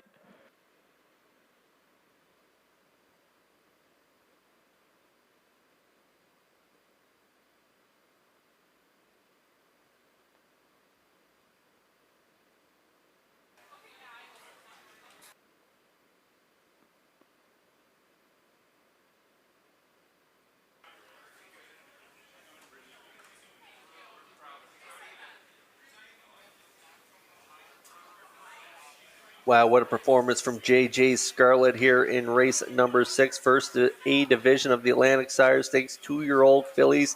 Danny Gillis gets all the respect off the wings and goes all the way here, Ken. Yeah, just cruises 29-3, 59-1, and 129. So 29-3, 29-4. Very well rated here, and a confident drive by Donald Gillis Jr. here. JJ Scarlett, 3 in a row. She's now 3 for 5.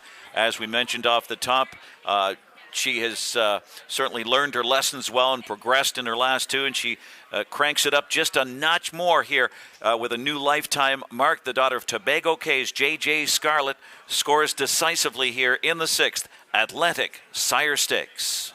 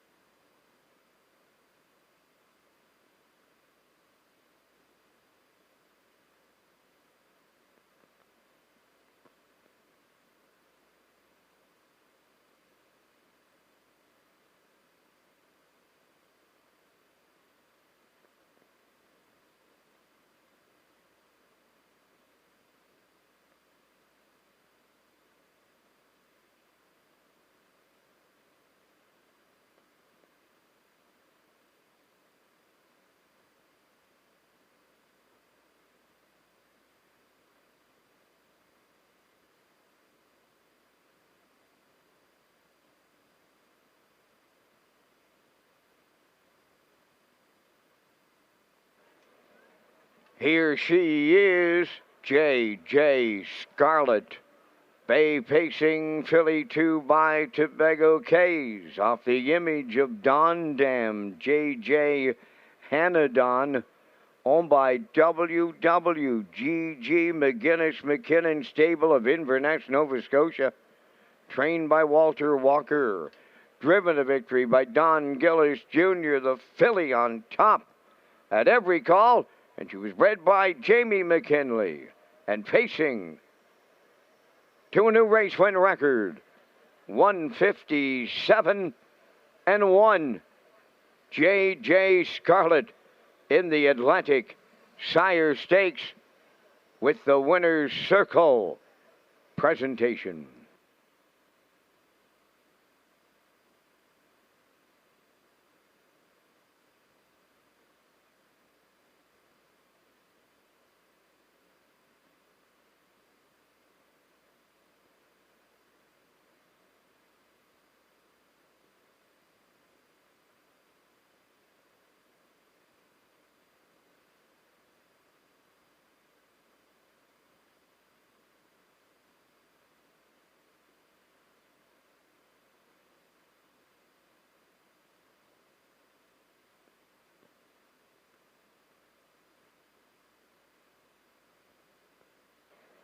Now the official results in race 6, J.J. Scarlett the winner. Booyah Ya was second.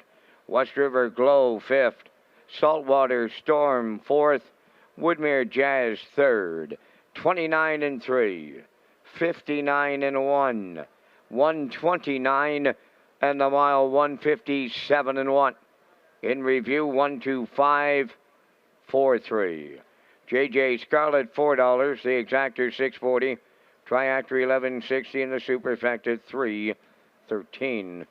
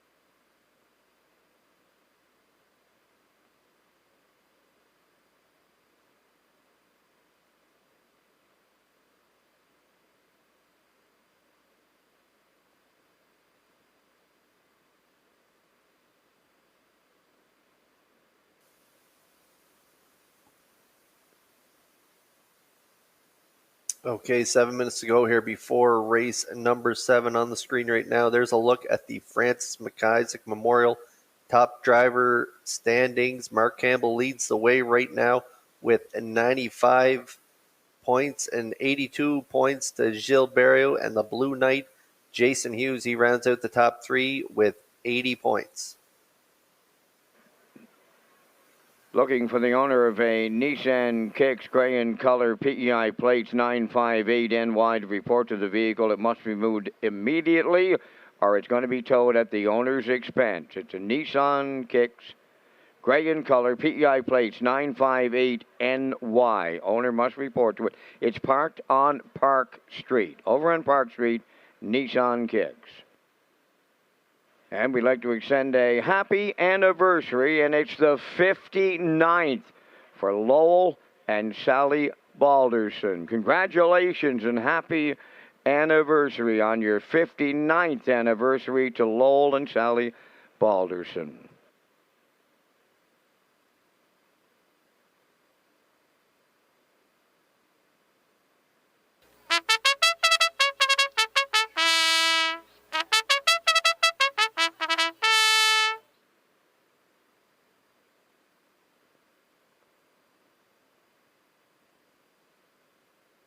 Seventh race, the Yapson at Arsenault Memorial. Number 1, Ann with an E, owned by Andrea and rider Renison and Annette Matthews. Trained by George Renison, Todd Trites drives. Rock the Baby, number 2, owned by Jackie Heffernan of Place Bay, Nova Scotia. Miles Heffernan Jr., the trainer. Miles Sr. driving.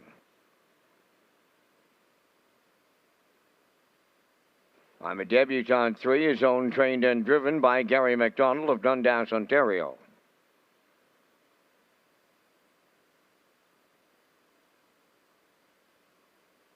That's Mia Bad, number 4, owned by Mary Jean Noy, Denise Andrew, and Tasha McKenzie.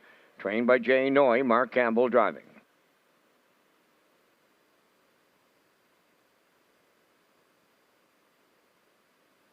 Five Miss Dynamite D is owned by Colin McLeod and Maria McLeod. Robert McLeod, the trainer. Redmond Doucette, the driver.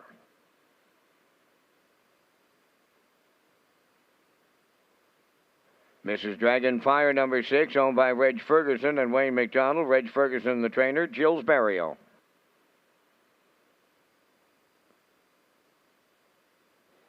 Seven is Cinder Angelina, owned by Mackenzie Arsenault of Alberton, trained by Jansen Sweet. Tonight, Kenny Murphy.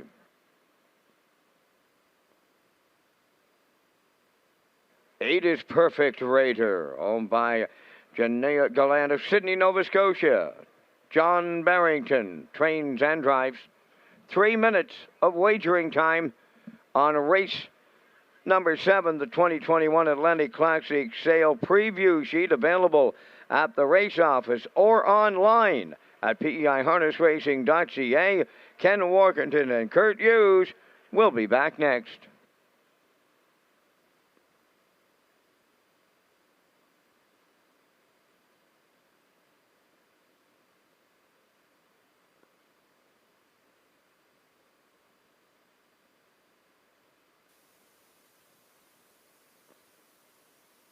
Okay, onto the track we go here for race 7, 3 minutes to post. It is the Apps and Etta Arsenault Memorial. We have Exactor, Superfecta, Triactor, Wagering, Win, Play, Show, and we also have the Wild Horses tag, and the jackpot is $25. There's a look at Ken Workington's top choice here in race 7.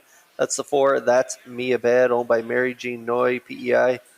Denise Andrew and Tasha McKenzie also sharing ownership. Jay Noy, the trainer, and Campbell doing the driving. 6 last time out, 58-4, but you like the drop in class. Yeah, absolutely. We need a wake-up call here, Kurt. It's been blanked in 5 starts this season, but as you point out, a class drop scenario that's just too hard to ignore here. Plus, she draws a better post and retains Mark Campbell. That could spell overdue win here, 5-2.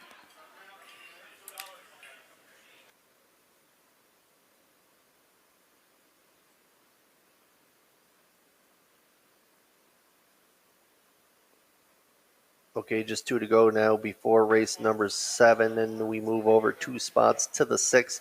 Mrs. Dragonfire, owned by Reg McPherson and Wayne McDonald. Gilberto will do the driving, as Reg is also the trainer. A good third last time out with the dropping class, the 451s. You like this mare for second? Yeah, 0 for 19 on the season. That's the glaring knock here, but beaten favorite. Grinded gamely first over, still held for the show dough, so liking that positive line, gets another shot at this reduced level as well. And Barrio back in the bike at 9 to 5.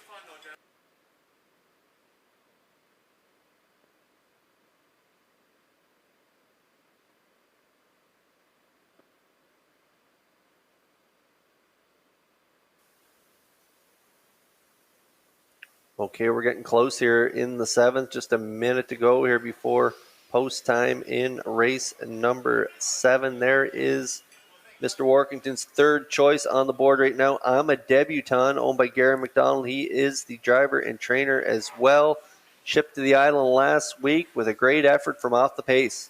Yeah, we'll see if Gary McDonald can score a double tonight from the inside here. Dropped to this level and offered some improved late pace on Monday night, as you point out, Kurt. From post 3 again, Gary McDonald could get more aggressive in this spot here with the free-legged daughter of No Pan Intended. The 11-year-old is 9 to 5, hasn't been on the board in 10 starts this season. Yeah, that could all end tonight.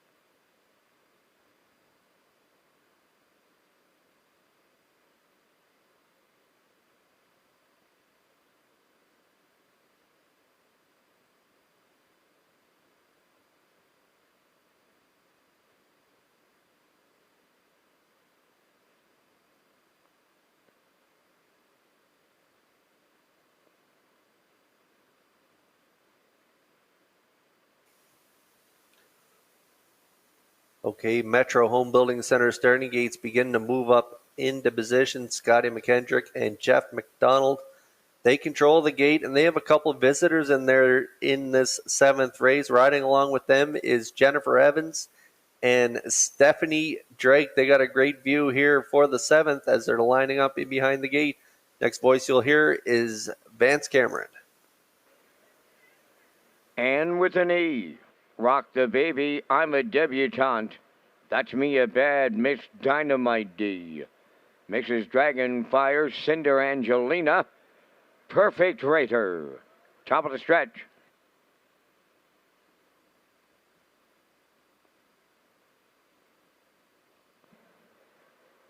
They're approaching the start. Perfect Raider is back leaving. There they go, off and pacing, and I'm a Debutante is leaving out. Rock the Baby going with her, third into the turn. That's Ann with a knee to get away fourth. That's Me a Bad, racing from 5th. Miss Dynamite D to take into 6th as they race to the backstretch of the opening quarter. Mrs. Dragonfire.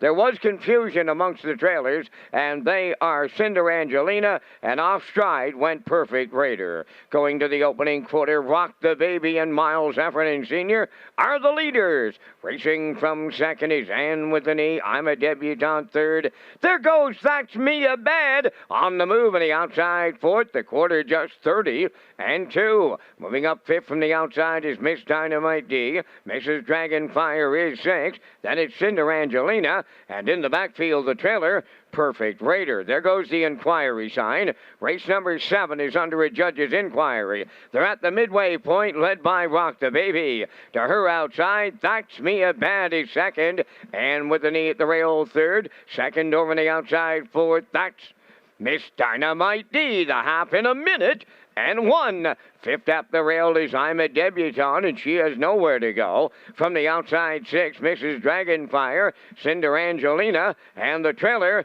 Perfect Raider. Onward they go to 3/4, and we're going to have a new leader.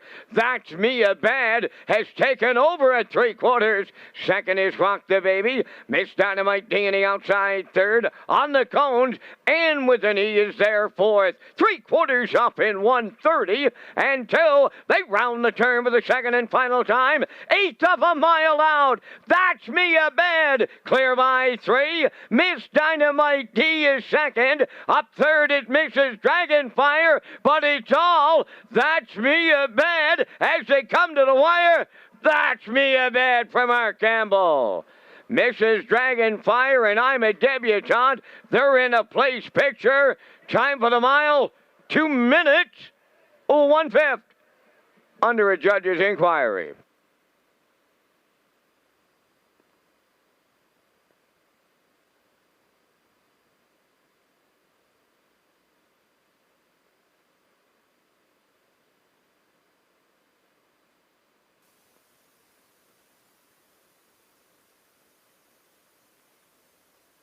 Okay, we are under an inquiry, as Vance mentioned, but I hope you're following along Mr. Workington's picks here as we get a look at the Universal Media slow-mo. The 4, That's Mia Bad. Workington, you might have this ice cold in here. Possibly. First of all, the pace in here was not demanding at all. 30 and 2 a minute. 1/5 to the half, 1:30 and 2, and That's Mia Bad. Grinded up gamely first over and took charge. I'm not going to say took charge with authority, but did open up emphatically here for Mark Campbell on the class drop. The 7-year-old by Badlands Hanover is going to end the season drought here with her 21st career victory. 2 minutes and a 1/5 tonight for That's Mia Bad on the classic drop and pop scenario. Mrs. Dragonfire rallies late. I'm a Debutante is at a 3-hold. Maybe third here. I think we've got a 4, 6, 3. That's right. Ice cold. Try.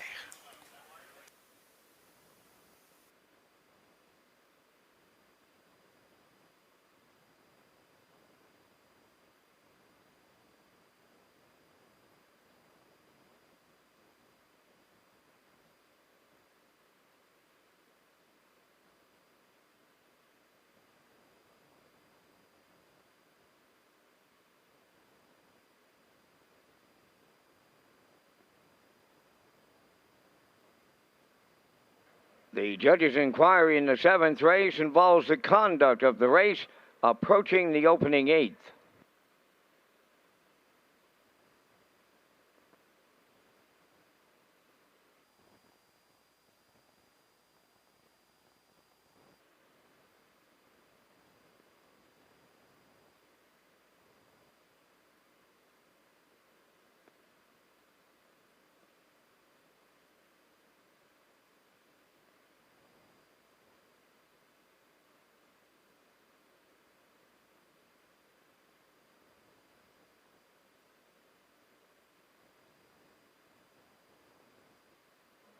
Going to the winner's circle in race number 7 is the 4 entry, That's Mia Bad. Bay pacing mare 7 by Badlands Hanover.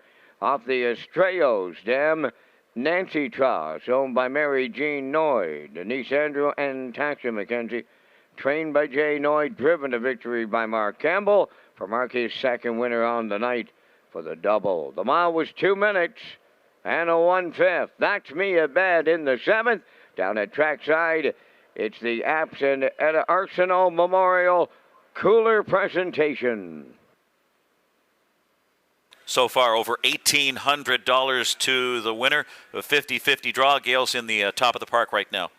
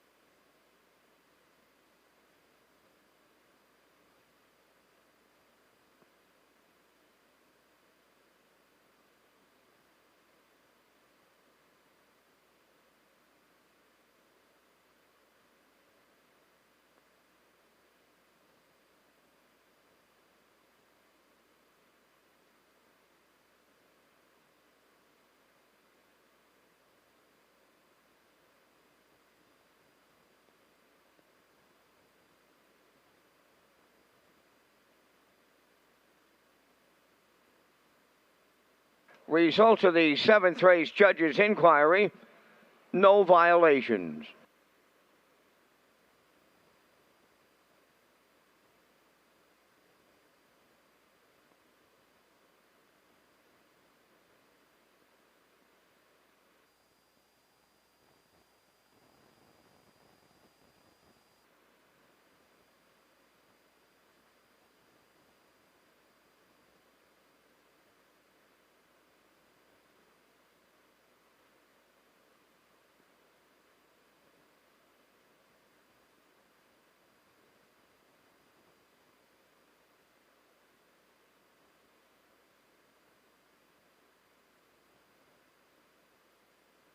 Now the official results from the 7th, and with an E 5th, Rock the Baby 7th, I'm a Debutante 3rd. That's Me a Bad, the race winner. Miss Dynamite D 4th. Mrs. Dragonfire was 2nd. Cinder Angelina 6th. Perfect Raider was 8th. The fractions 30 and 2. 1 minute 1. 1:30 and 2. And the time for the mile in 2 minutes and 1/5. In review, it's 5:73, 1:42, 6:8. That's Me a Bad at 6:30. The exactor 14:10, triactor 42:10, superfecta 18:99.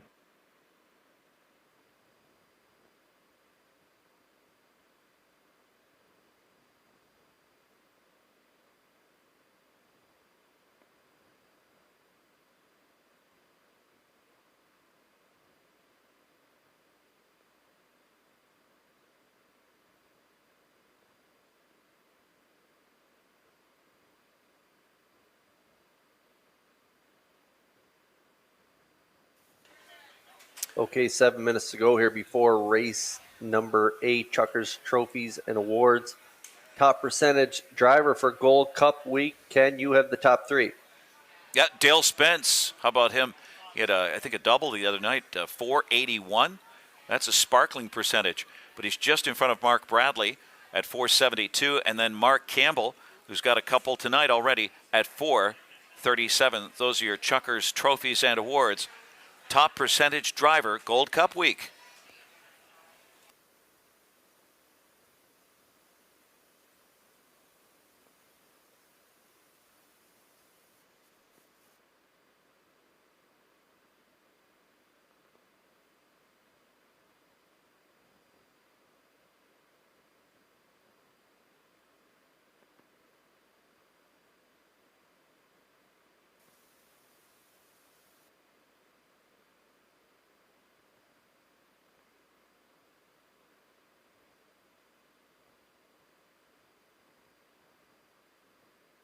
Great job by cameraman Rob. What a shot right there.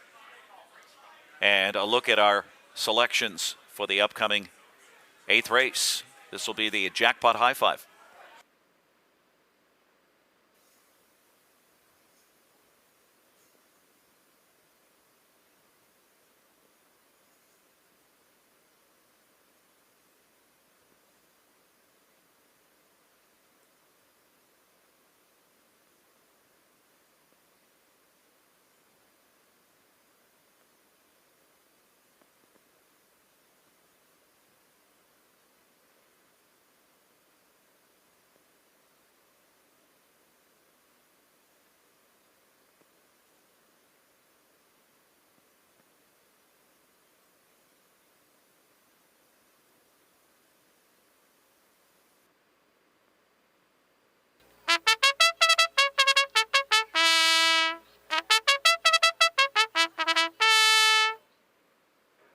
Eighth race, a division of the Atlantic Sire Stakes featuring the Jackpot High Five. On post parade, number 1 is One Hot Penelope. Owned by Tammy Collins of Hazelbrook, trained by Wade Sorey. Oxton Sorey drives. Cutter Loose, number 2, owned by MCR Cutter Loose Group of Charlottetown, trained and driven by Mark Campbell.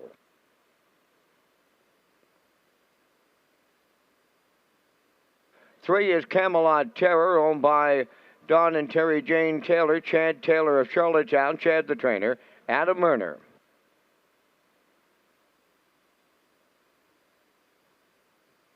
Orr's Terror number 4, owned by Dale Orr and Robert Orr of St. John and Oak Bay, New Brunswick. Jules Barrio training and driving.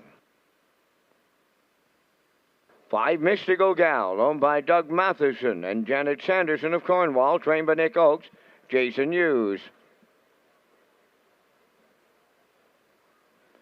6 is Tobin's Wish, owned by Patrick Morris of Charlottetown, trained by Ron Matheson. Tonight, Corey McPherson.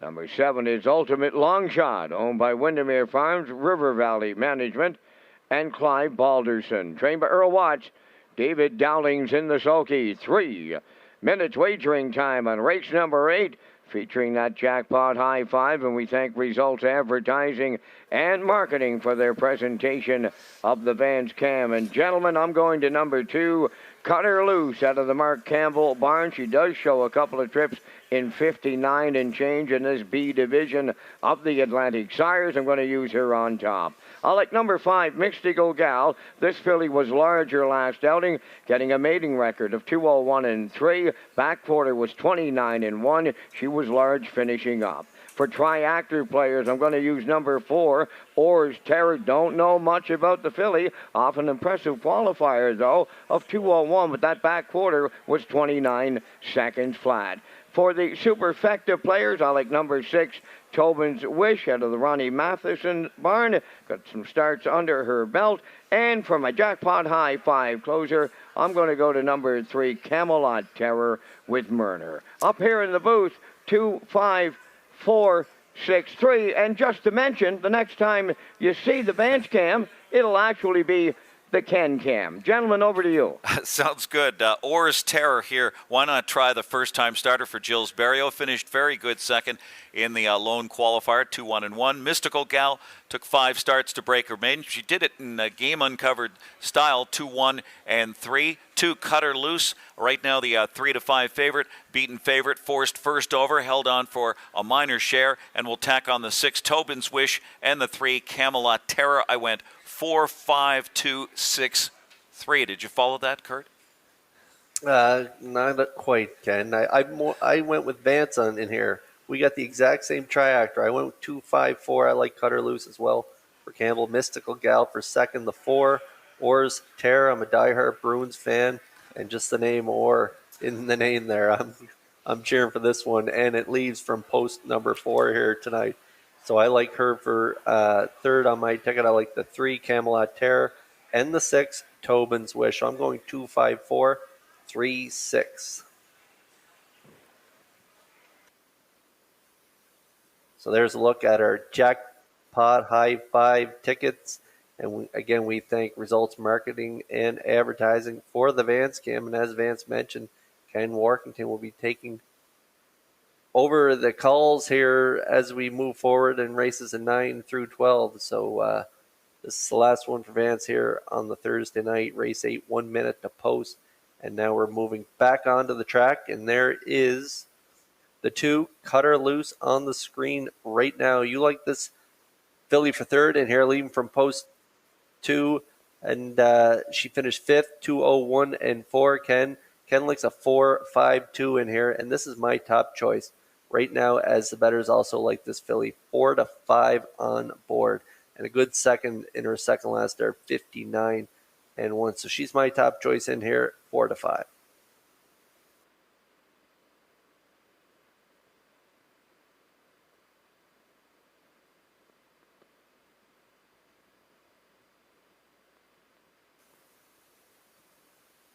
Here's another good-looking filly on the track right now. That's a 2-year-old filly by Peng Shui, Mystical Gal, owned by Douglas Matheson and Janet Sanderson. Jason Hughes will do the driving for trainer Nick Oakes.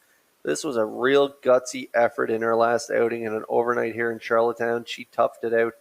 First up and got up for the win there by a quarter length, 201 and 3, 29 and 1 on the end of it. I like this filly in here tonight, as does Ken and Vance. She's 5 to 2 on the board.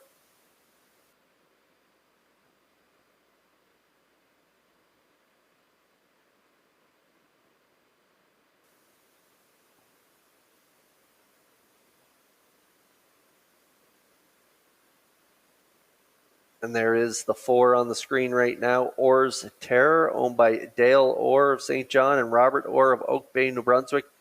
2-year-old filly by Stonebridge Terror, second in her qualifier there. A nice one for trainer-driver Gilberto, 201 and 129 flat on the end of it. So making her debut here tonight in Atlantic Sires Stake. 2-year-old filly B division. She's a sharp looker on the track, and she's definitely got a shot, especially after that qualifier. 2-1.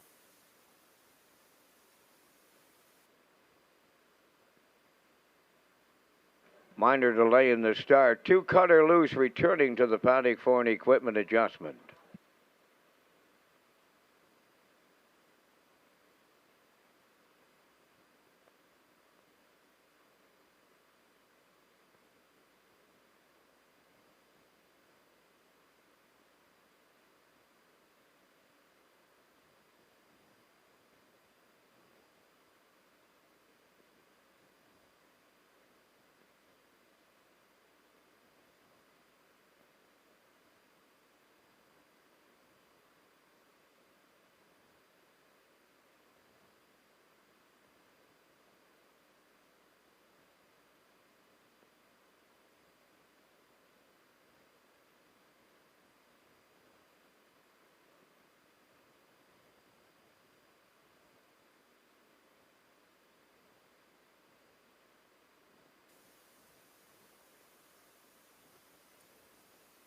Like to send happy birthday wishes out to Bob Kyle. Turns 99 today, and he's tuning in, watching tonight from Calhoun, New Brunswick. He's a former driver, trainer, and owner. Raced all over the Maritimes, and a horse he drove and trained and owned was C.T. Scott. He was a former Horse of the Year in Moncton. And Bob, great form at 99, still getting around and visits the farm and watches the races faithfully, and that's from Ultimate Stable and all your friends here at Red Shores.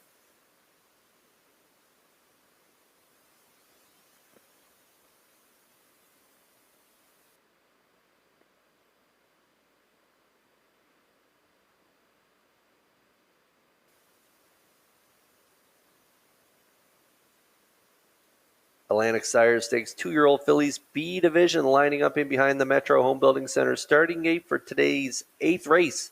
Let's send it over to Vance Cameron for the call. 1 Hot Penelope, Cutter Loose, Camelot Terror, Orr's Terror, Mystical Gal, Tobin's Wish, Ultimate Long Shot, 2-year-old filly Pacers Atlantic Sired. Top of the stretch.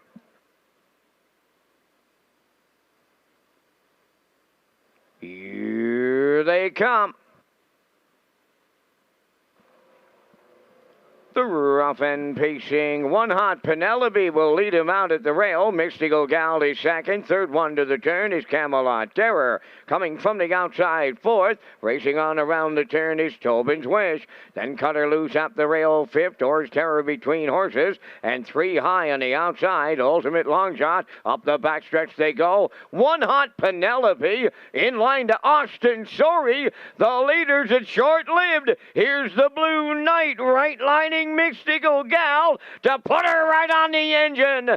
Second is 1 Hot Penelope, now in third. On the inside is Tobin's Wish. Orr's Terror racing from fourth. Upon the outside, fifth. That is Ultimate Long Shot. 30 and 2 was the quarter. Moving up sixth on the outside is Cutter Loose. Trailing up the rail, Camelot Terror. Down the stretch for time 1. Led to the half mile by Mystical Gal. In the 2-hole is 1 Hot Penelope. Up on the outside and out all the way.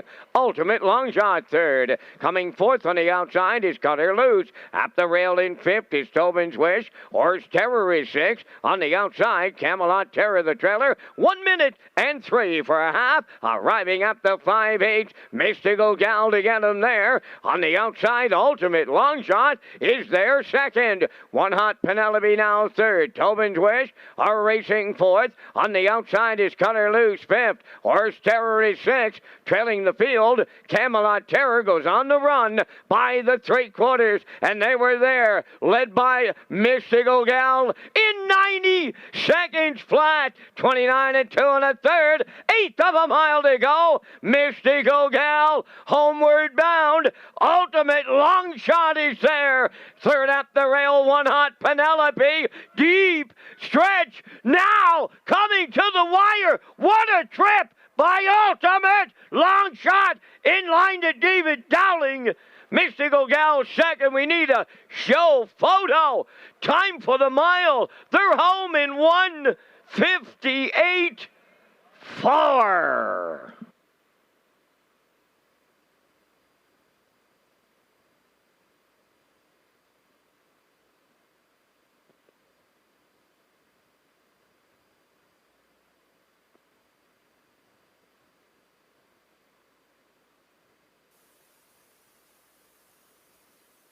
Okay, we're going to get a look at the Universal Media slow-mo here in the Atlantic Sire Stakes 2-year-old filly B division, 8th race, and we see the 5 Mystical Gal and Hughes. They won at the front here. They get up there 30 and 2, half in a minute, 3/5, 1:30 to 3/4. Looming boldly on the outside is the 7 Ultimate Long Shot, and this 2-year-old filly by Malicious lives up to her name here as she gets up in the final strides and nails it on the line. Time of the mile, 1:58 and 4, 28 and 4 closing quarter. An Ultimate Long Shot. Have you backed her 23 to 1 on the nose? So back up the truck. If you have a 7-5-1 in here as Ultimate Long Shot delivers at 23 to 1, the 5 Mystical Gal second at 2 to 1, and the 1 Hot Penelope and Sorry get the show dough, and they are 19 to 1. Great ticket here in the 8th at Red Shores.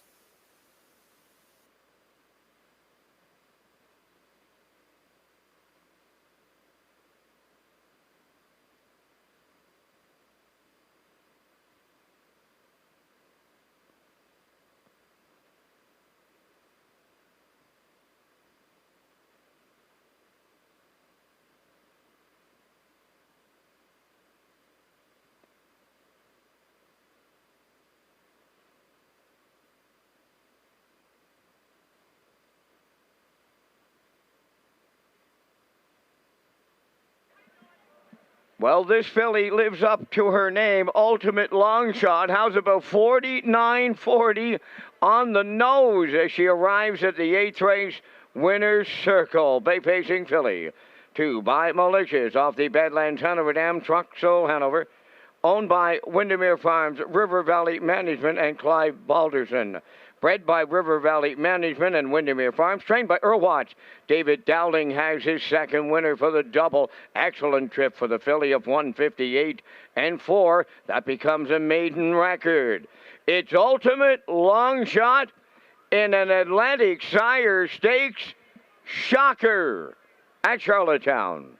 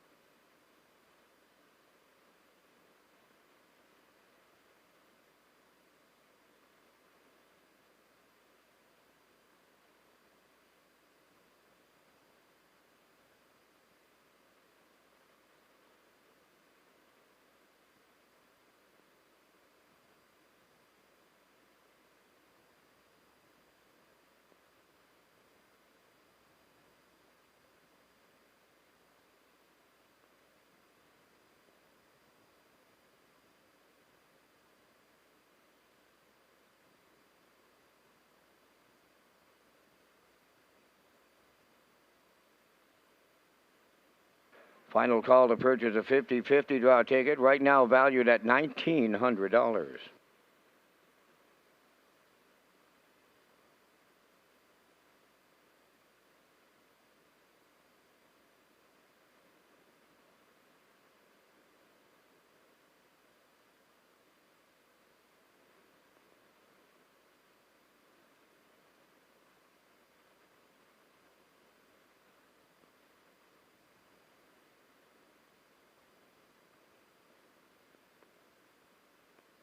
Now the official results in race 8, One Hot Penelope 3rd, Cutter Lou 6th, Camelot Terror 7th, Oars Terror 4th, Mystical Gal 2nd, Tobin's Wish 5th, Ultimate Long Shot the winner, 30 and 2, 1 minute 3, 130 and the mile 158 and 4.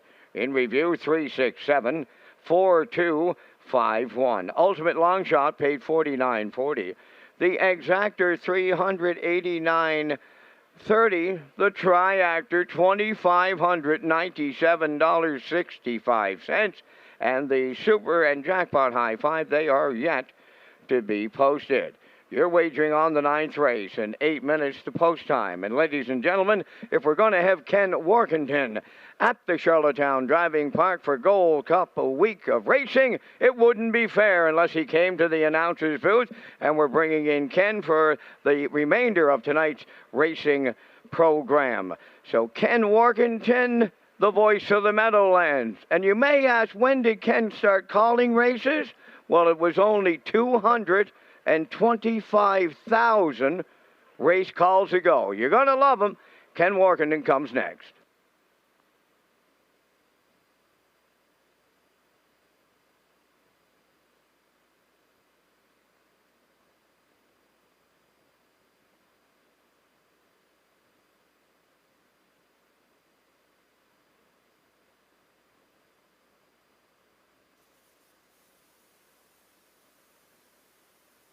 The Atlantic Dream Stable competition presented by the PEI Standardbred Breeders Association. The $2,000 grand prize is sponsored by Phillips Agri Services, Suregain Feeds, and Brooks Performance Feeds. And 100% of the $20 entry fee goes directly to the IWK Children's Hospital.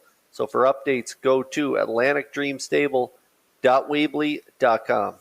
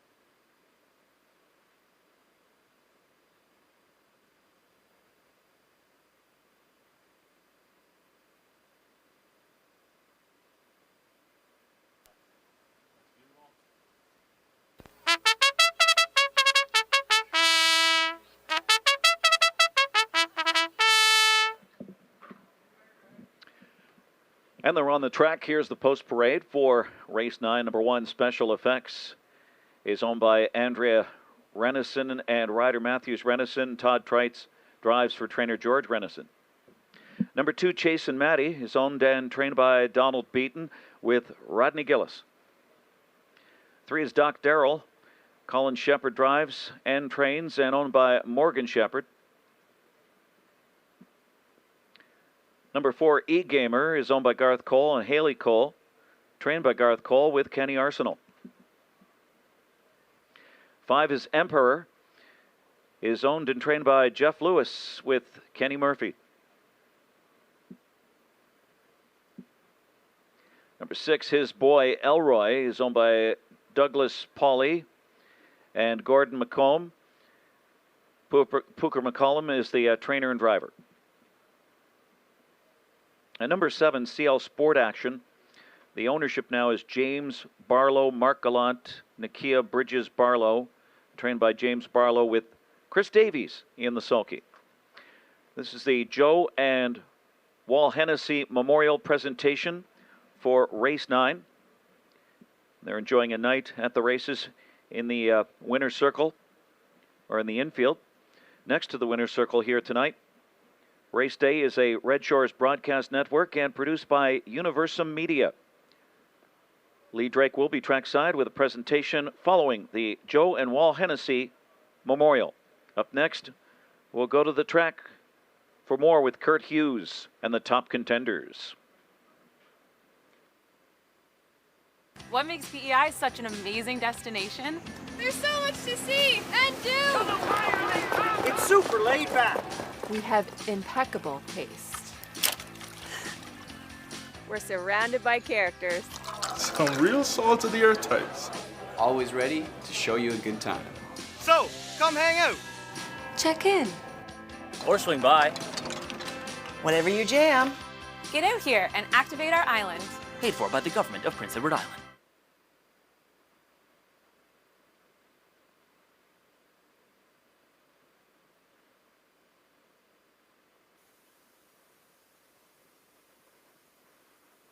Okay, just 2 to go here before race number 9. It is the Joe and Wall Hennessy Memorial. My top choice on the screen right now is the 3 Doc Darrell, owned by Morgan Shepherd of Brackley Beach. It's a 4-year-old horse by Sunshine Beach. Colin Shepherd is the driver and trainer.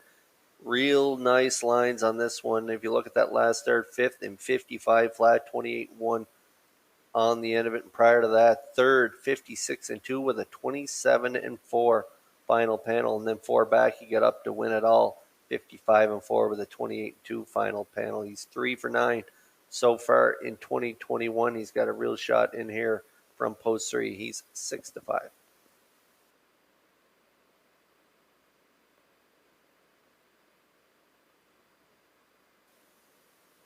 And now we're getting a look at the 5 Emperor, my second choice on the screen right now. Jeff Lewis from Moncton is the owner and trainer. Kenny Murphy will do the driving.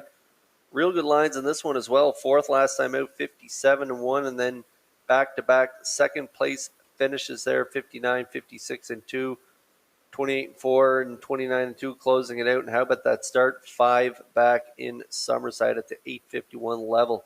This guy came first up and scorched the Summerside Oval in 54-2, 28-2 final panel. Kenny Murphy in the seat on that day. Back in the seat here tonight. He's got a real shot and great odds in this guy, 5-1.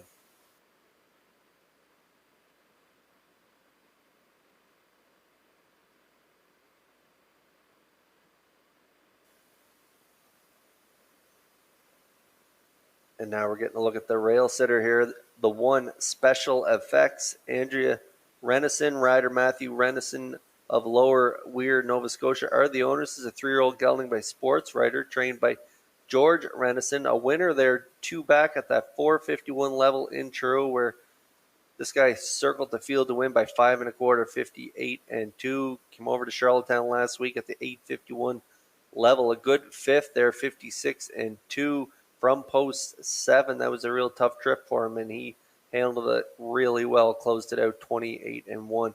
Bumping up 1 class here, but moves into post 1. That's going to help this guy. And Trites is a pretty aggressive driver, so I'm looking for this one to get spotted a little closer to the front, 4-1.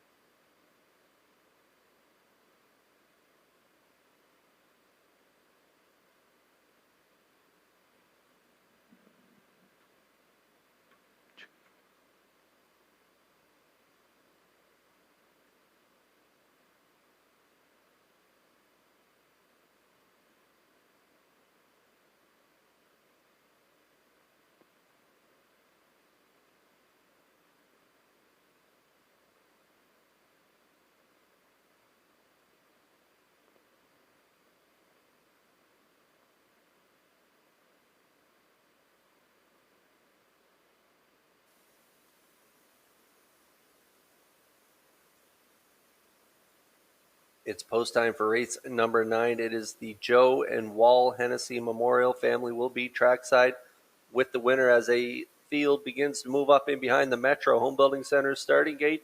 Let's send it up to the voice of the Meadowlands. Mr. Workington, take it away. Thanks very much, Kurt. Great working with you once again on this very special week, Old Home Week. Gold Cup and Saucer coming up Saturday. Race 9, the Joe and Wall Hennessy Memorial. Field of 7, Special Effects, Chase and Maddie, Doc Darrell, E-Gamer, Emperor, his boy Elroy, and CL Sport Action. Current favorite 3, Doc Darrell on gate. Here they come, race 9. And they're off with E-Gamer shooting out of there. Chase and Maddie from the inside, and Doc Darrell in between them, 3 wide as they swing around the first turn. Special Effects got away in 4th position as Emperor looks to go up 5th on the outside. Then his boy Elroy, and CL Sport Action is the trailer. And we've got what Vance would call a brouhaha on the backstretch. E-Gamer on the outside, wearing down Chase and Maddie to gain control and worked hard past the opening quarter. Doc Darrell is going to dive in a 3-hole tuck now. Special Effects is 4th as they hit the far turn. Emperor now 5th on the inside. Then his boy Elroy and CL Sport Action. First quarter was 27-3. We'll give that one a wow as E-Gamer is on the engine. E-Gamer and Kenny Arsenal to pave the way coming by the grandstand for the first time towards the half. Chase and Maddie anxious in that pocket spot. Here comes Emperor first over to apply serious pressure. A live toe for his boy Elroy on the outside, now 3rd. So Chase and Maddie is shoveled to 4th on the inside. CL Sport Action gets involved, now 5th on the outside, followed by Doc Darrell, 2nd to last, and Special Effects trails. The half was just 58-1. Across the backstretch, it's Emperor in front by 2.5, 3, looking to give them the slip here. His boy Elroy up into 2nd with CL Sport Action gaining ground on the outside 3rd. It's E-Gamer dropping back to 4th. Chase and Maddie on the outside 5th.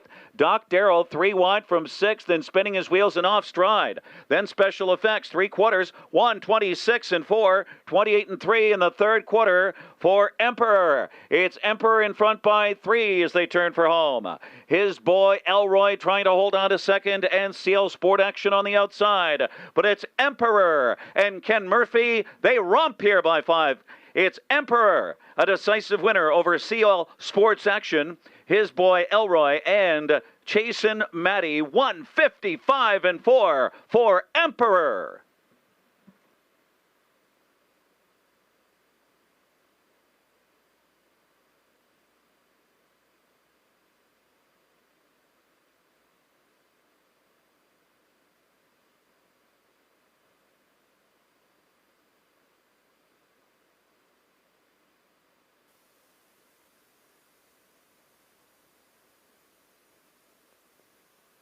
Okay, we're going to get a look at the Universal Media slow-mo, and we've seen E-Gamer and Arsenault go to the front here early, 27-3, a big quarter, and then Arsenault slammed on the brakes heading to the half.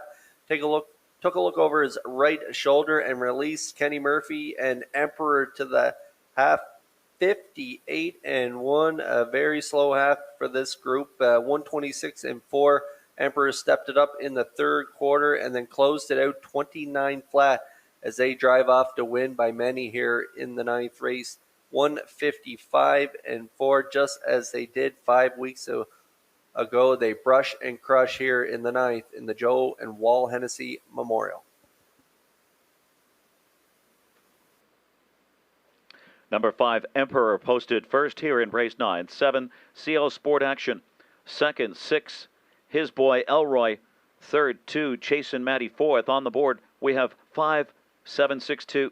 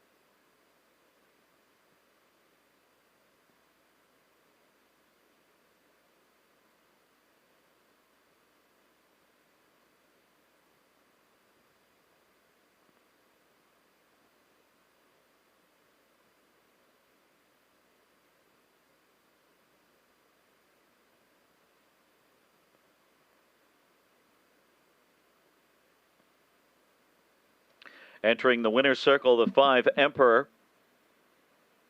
8-year-old bay gelded son of Ponder out of Northern Empress by Cam Luck, bred by the Robert McIntosh Stables. Owned and trained by Jeff Lewis of Moncton, New Brunswick. Ken Murphy in the sulky. Win number 4 on the season, 24th career victory, 155 and 4/5. Cooler presentation in the winner's circle, the Joe and Wall Hennessy Memorial. Lee Drake will be trackside with the presentation to Melissa Beckwith and Gary McDonald.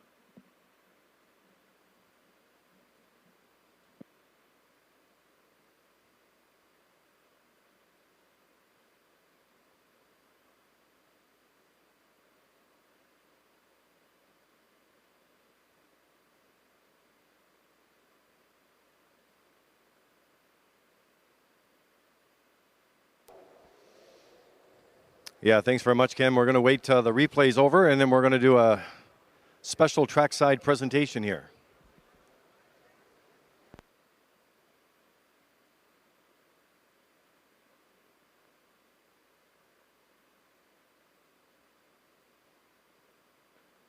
Results of this 9th race now official. 5 Emperor pays 610, 390, 370. 7 CL Sport Action, 1960, 860. 6 His Boy Elroy, 430. The Exactor, $84.50, 5.7. Triactor, 700, 61.70. Special Effects 5th, Chase and Matty 4th, Doc Darrell 7th, E-Gamer 6th, Emperor the winner, His Boy Elroy 3rd, CL Sport Action 2nd, 5.47, 6.1, 3.2, 27.3, 58 and 1, 126 and 4, 155 and 4/5. Post time set for race 10 at 9:52 Atlantic Sire Stakes, Exactor, Superfecta, Triactor.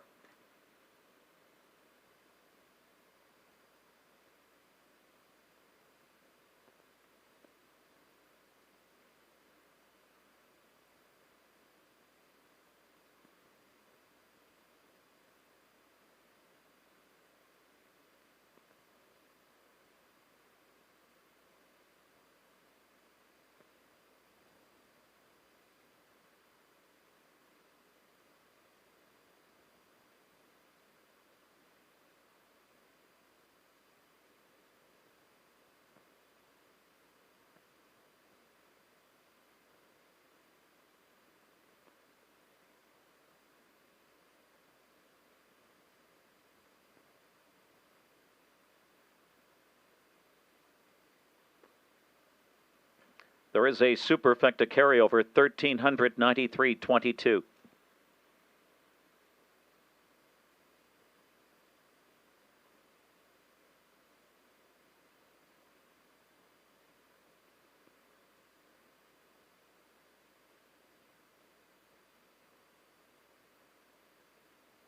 All right, ladies and gentlemen, Race Day Live continues here tonight at the historic Judges Tower, and we just had the Hennessy family pace here, and boy, we're surrounded by Hennessy family and friends, and that's what Old Home Week is all about, isn't it? Great to have everyone back here tonight. Now, just before the next race steps out onto the track, I am pleased to be joined by Hall of Fame driver Wally Hennessy, who we welcome home for a special week of racing. We also have with us Mark Beckwith, who in his great career has won almost 6,000 races and earned over $33 million in purse money. Mark's wife, Melissa, achieved a very significant milestone recently when she earned her 2,000 training win. And Wally would like to recognize Melissa's achievement by making a presentation to Mark. Congratulations. And Wally, that's quite an achievement. Well, you know, Mark's been my friend now, a long time, 30 plus years. And I couldn't ask for anybody to be a better friend.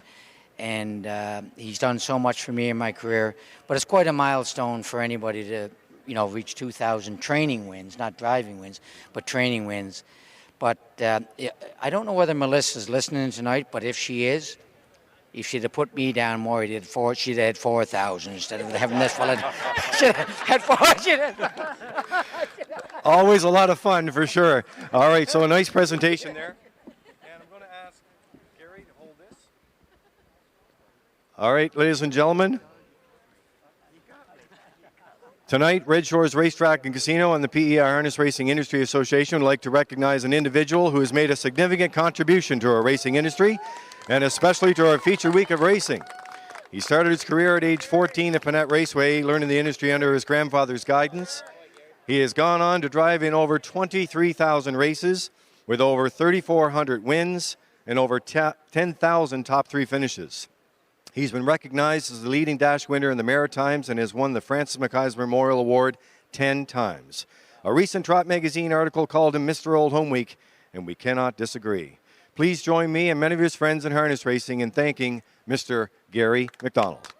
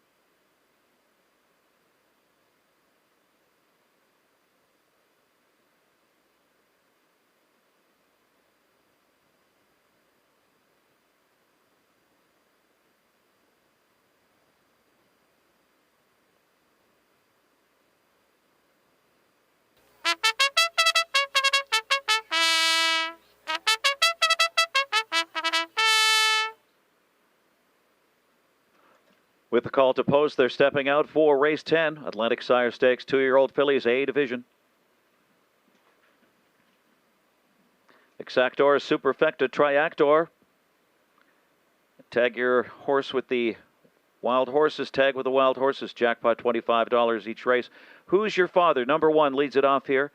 Owned by Deborah Rankin. Claire McDonald drives for Arden Mulford. Rojo Mo, number 2. Owned by Alexander Baird and the Rojo Group. Alexander Baird trains with Mark Campbell at the lines. 3 is Windermere Mia Grace.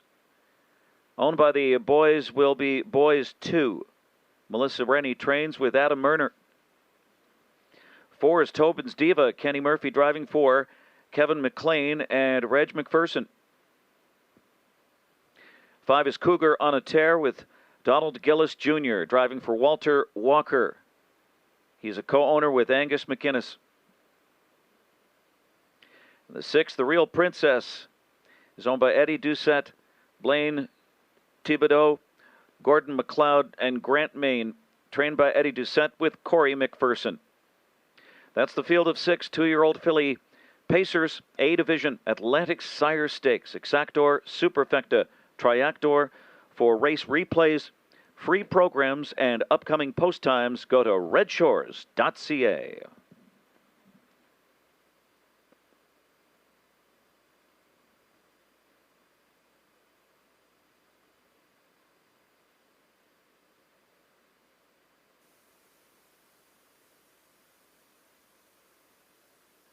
Out onto the track we go here for race 10, the final division of the Atlantic Sire Stakes 2-year-old fillies. A division, my top choice on the screen right now is the 5 Cougar on a Tear, owned by Walter Walker of Inverness and Angus McGuinness. Walter the trainer, Danny Gillis is the driver. I could see Walker and Gillis sweeping the A divisions here tonight. This filly's been looking good in her last 3 starts, reeling off 3 in a row, 59-4 in her latest effort in the Nova Scotia Stake, and pretty decent efforts in the Atlantic Sire Stakes A division in Summerside there, 3rd, 59-4, and then 4th in Churro in 58-4, 29-1. But since then, she has been on a tear, and I could see her getting it done here tonight, 9-5.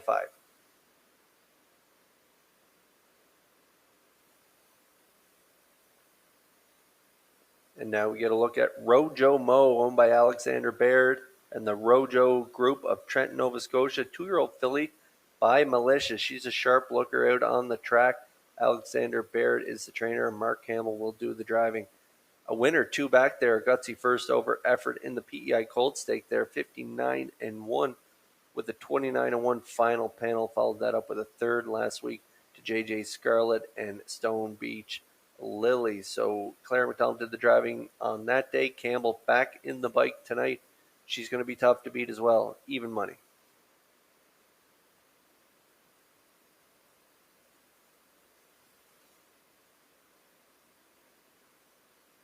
And now to round out my try, I went with the 6, The Real Princess, owned by Eddie Doucette, Blaine Thibault, Gordon McLeod, and Grant Mann. This is a 2-year-old filly by Source of Pride. A winner, 2 back there, 59-1 in an overnight here in Charlottetown, and then a winner in Summerside, 3 back in a PEI Cold Stake, 58-2. She looked good on that day from the rail, 28 flat. She cut it all out. And then last time out in an overnight here in Charlottetown, she ended up 4th and against some older mares, race timed 58-1, 28 flat on the end of it. She's a super nice filly as well, and definitely has a shot to get the job done in here. A lot of talented fillies in here. All 6 really have a shot. She's 7-2.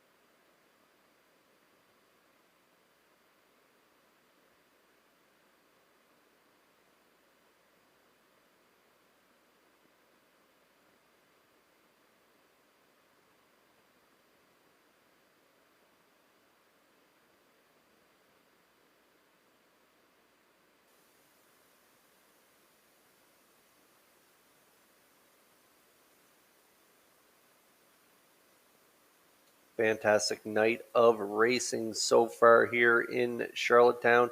And now we're getting a look at the second A division as the fillies begin to move up in behind that Metro Home Building Center starting gate. Let's send it upstairs to Ken Warkington. Thanks a lot, Kurt. Who's your father? From the rail, Rojo Mo, current favorite. No, second choice, $5. 3, Windermere Mia Grace. 4, Tobin's Diva. 5, Cougar on a Tear. Cougar on a Tear at $4.40. And 6, The Real Princess rounds it out. For this division, A division of Atlantic Sire Stakes.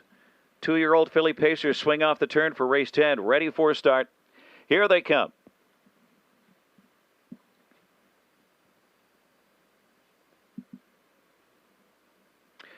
The Rav, Cougar on a Tear, blasts off on the outside. Who's your father?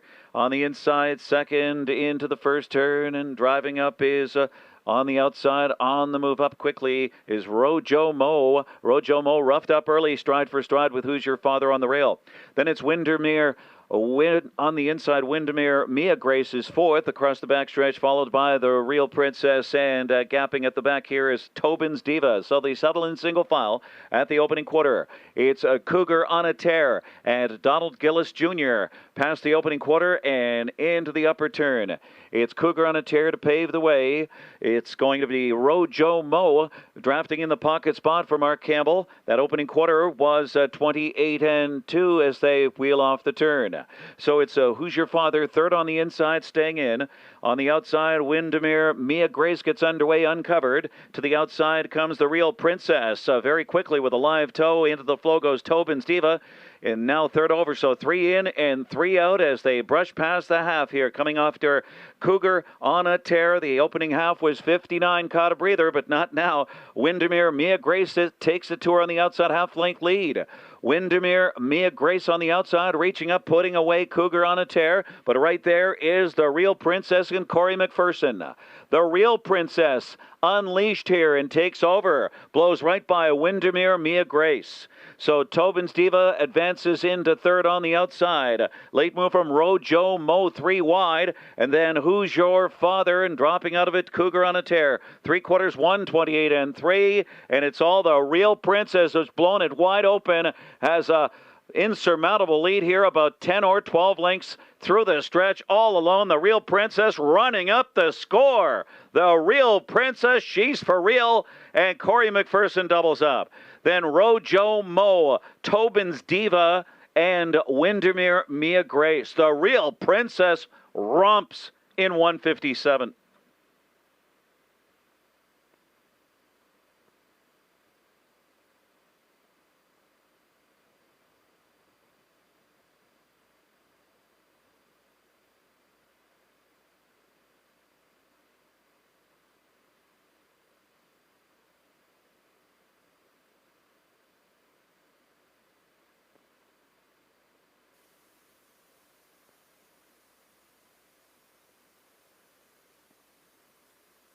Okay, we're going to get a look at the Universal Media slow-mo here for race number 10. It was the second and final A division here of the Atlantic Sire Stakes. 2-year-old fillies. We've seen Cougar on a Tear and Danny Gillis go to the front, 28-2, half 59. Windermere Mia Grace and Murder come first up, and right on her back is the 6th, the Real Princess. Windermere Mia Grace clears to the lead up the backstretch, 128-3. And the Real Princess explodes off cover for McPherson here. And as Warkington mentioned there, she romps in here in the 10th race, getting it done 157 flat. What a performance from this filly here today. She gets a new pacing record as she wins the Atlantic Sire Stakes 2-year-old fillies A division purse, $15,520. Congratulations to the Connections. 6, the Real Princess first. 2, Rojo Mo second. 4, Tobin's Diva third. 3, Windermere Mia Grace fourth. 6-2-4-3. The 6, the Real Princess, 2-year-old bay filly by Source of Pride. Out of Devilishly good. by Art Major. That's Deviliciously Good by Art Major. And bred by Blaine Thibodeau, the co-owner from Kensington, co-owned by Eddie Doucette, Blaine Thibodeau, Gordon McLeod, Grant Main. A double tonight for the combo of Corey McPherson and trainer Eddie Doucette. The Real Princess romps here in 157, takes a new mark. Fourth career victory in 6 starts. Atlantic Sire Stakes champion here, the Real Princess. And in A division tonight, the Real Princess in race 10 with the cooler presentation.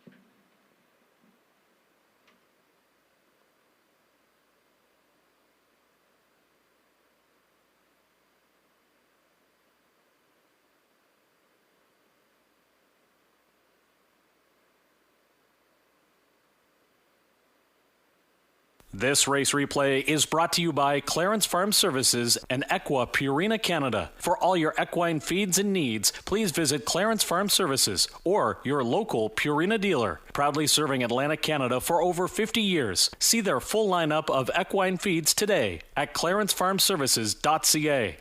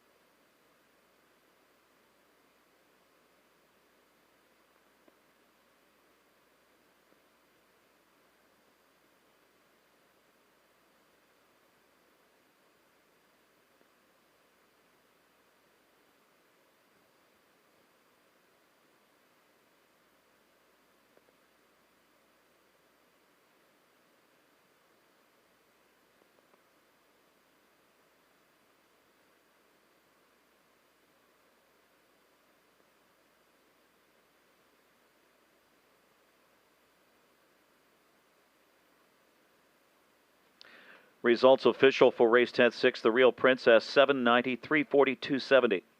2, Rojo Mo, 320, 240. And the Ford Tobin's Diva, 480. Exactor, 6'2", $20.80. Triactor, 6'2", 147.10. Who's Your Father, 5th. Rojo Mo, 2nd. Windermere, Mia Grace, 4th. Tobin's Diva, 3rd. Cougar on a Tear, 6th. The Real Princess, the race winner. Top down, 5, 2, 4, 3, 6, 1. Superfecta. Superfecta, $49.37. 6, 2, 4, 3, 28, 2, 59. That was 59, 128 and 3, 157 for the Real Princess in race 10. Post time set for race 11. The 50th Monctonian Pace in 8 minutes at 10:14. It's a late double, Exactor, Superfecta, Triactor in race 11.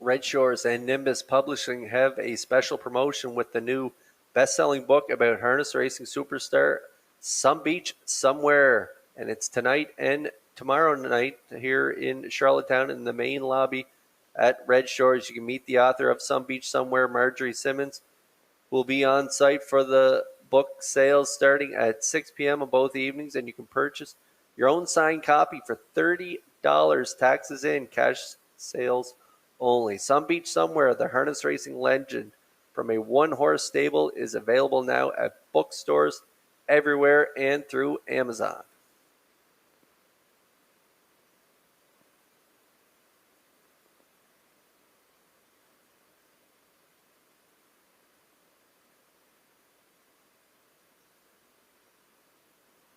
Great shot of the crowd here at Red Shores. Terrific evening so far. Great racing. The fillies put on a show. And now we have in the upcoming 11th race, the feature race, the 50th Monktonian Pace. There's our selections on the screen right now. I like the two, Mick Pat. I'm a Looker 2 for second, and Soccer Hanover for third. Post break coming next.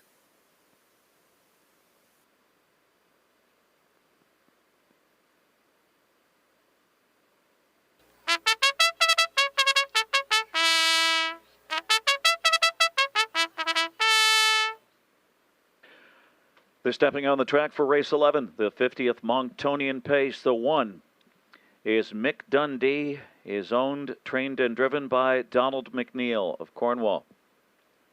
Number 2, Mick Pat, is owned by Everett Hansen and Donald Stevenson. Gilles Berriot, the trainer and driver. I'm a Looker 2, number 3, is owned by Robert Samara, trained by Danny Romo with Mark Campbell.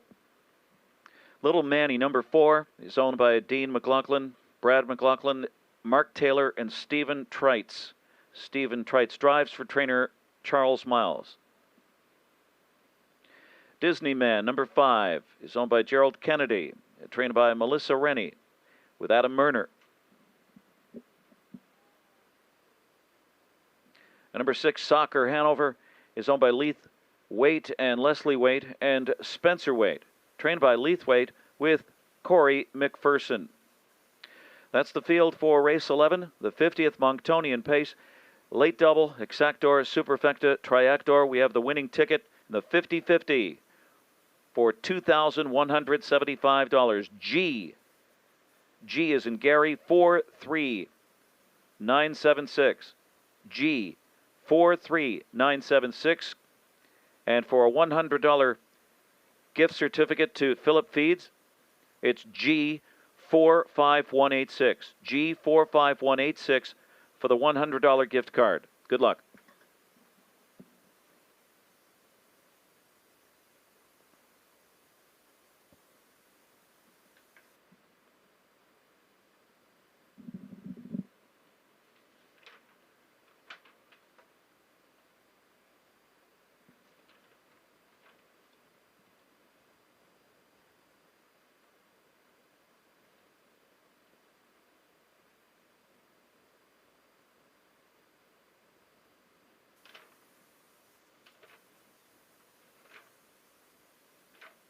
Okay, onto the track we go here for race number 11. It is the 50th Monktonian Pace. There's our top choice on the board right now.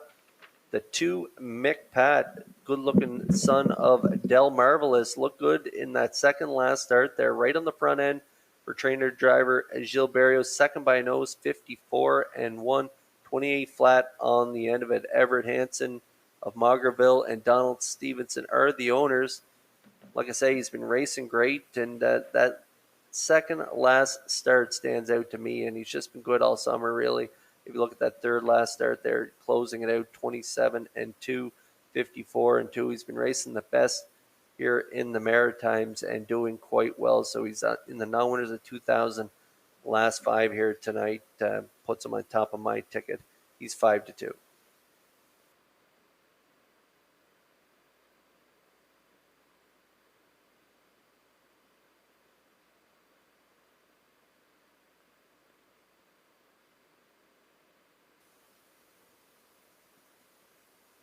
And now we're getting a look at our second choice on the screen right now. That is the 3, I'm a Looker 2, owned by Robert Samara.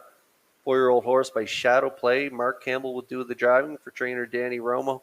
A winner 3 back there, 56 flat, 30-1 on the end of it. But if you look further back, 6 back in Summerside in that Governor's Plate consolation right on the front end, 53-2. This one scorched the Summerside Oval during Governor's Plate week, and it was an incredible performance that night, closing it out 29 flat. So he's got a shot to win as well, even money.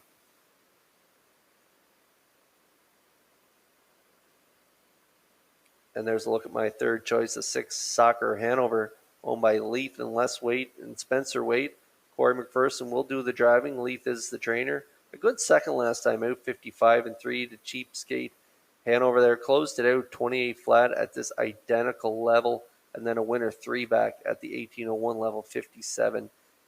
Post 6 here tonight, but he likes it from off the pace. So we'll see what kind of trip McPherson works out. He's also got a shot in here. 5-1. Love those odds in this guy.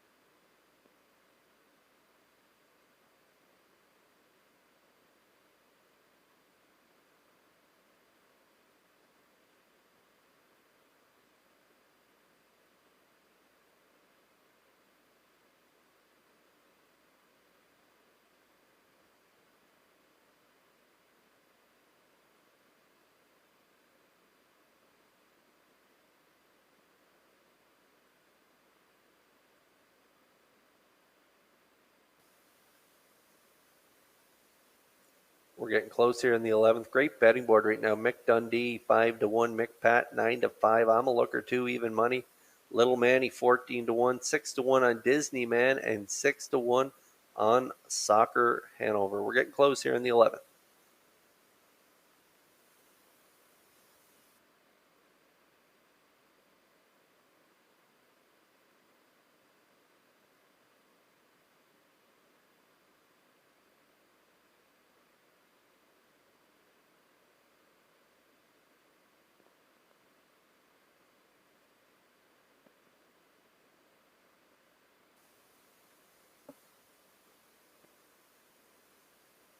Metro Home Building Center starting gate is in motion here for the 11th. It is the 50th. Monktonian Pace upstairs to Ken Workington for the call. From the rail out, Mick Dundee, McPat, I'm a Looker 2, Little Manny, Disney Man, and Soccer Hanover, currently 360 on the 3. I'm a Looker 2. Mark Campbell looking for his third tonight. 2-1 on the 2, McPat. They're set for race 11, the 50th Monktonian Pace. Field of 6, here they come.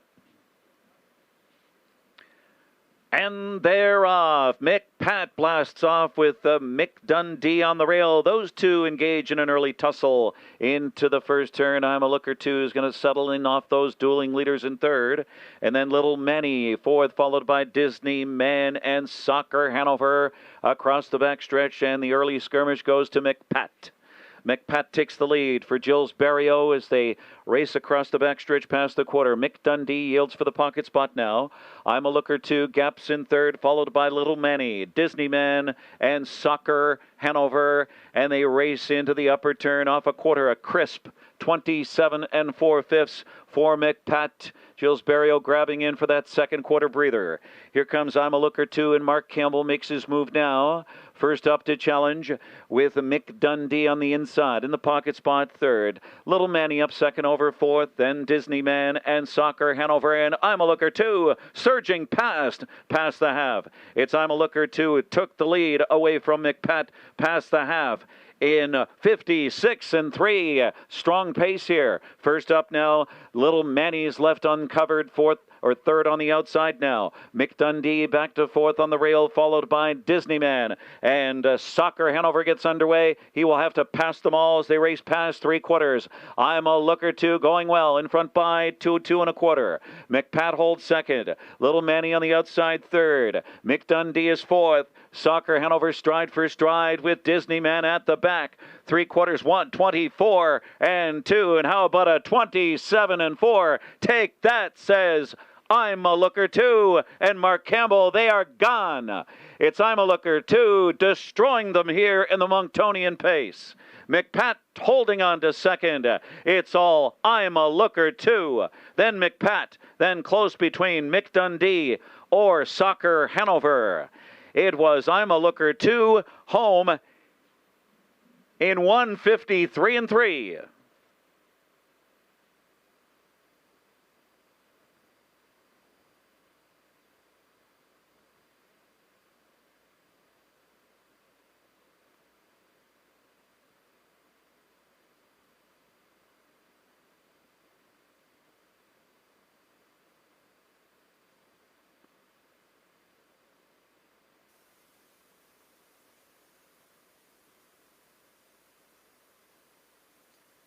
Well, this guy loves PEI, and that is the 3. I'm a Looker 2 here as we get a look at the Universal Media slow-mo.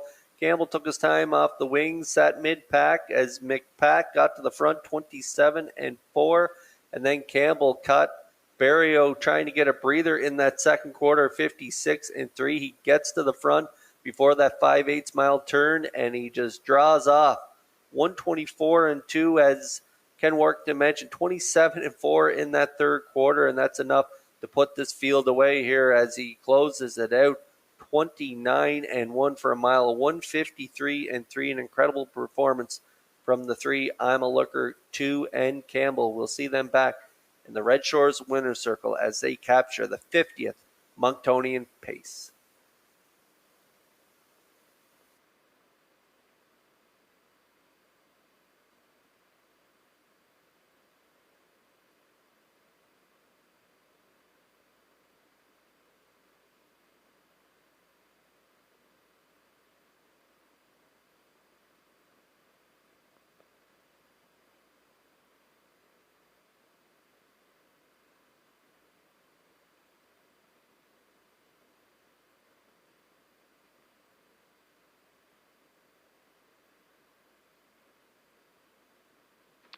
Returning to the Red Shores Winner's Circle 3, I'm a Looker 2, Brown Horse 4-year-old by Shadow Play. Out of Time All Extra by Camluck.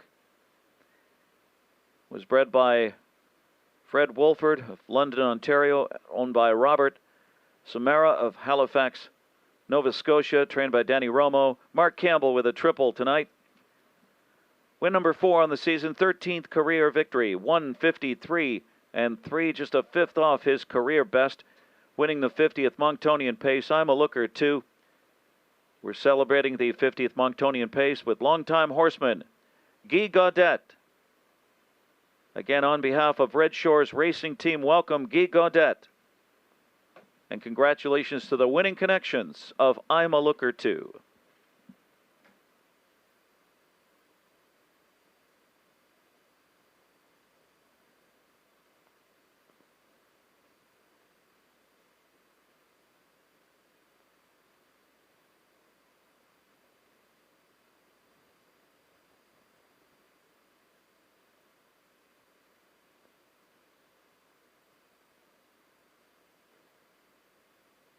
Number 3, I'm a Looker 2 first, 2 McPat second, 1 Mick Dundee third, 5 Disneyman fourth on the board now. It's official 3-2-1-5.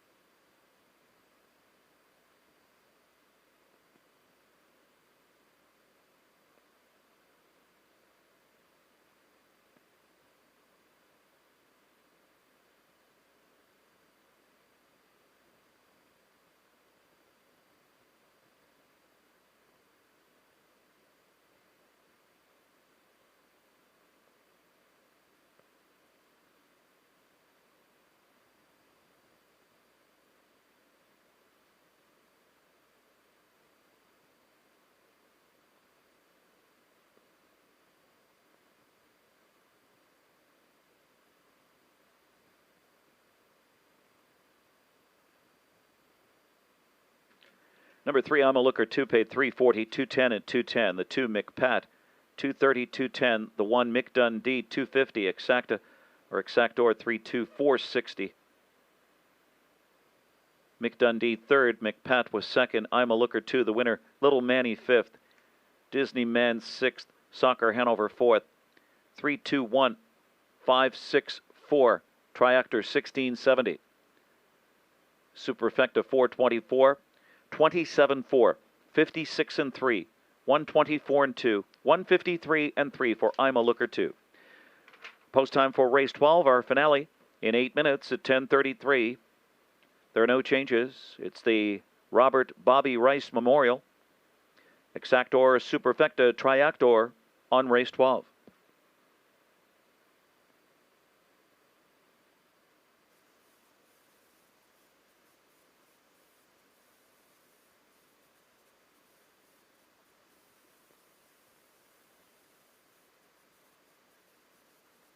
Atlantic Canada's premier entertainment destination offers exciting action-packed table games, including blackjack, baccarat, and ultimate Texas Hold'em in the private games room upper level at Red Shores, Charlottetown. Open daily from 5 p.m. until close. Go to Redshores.ca for more details.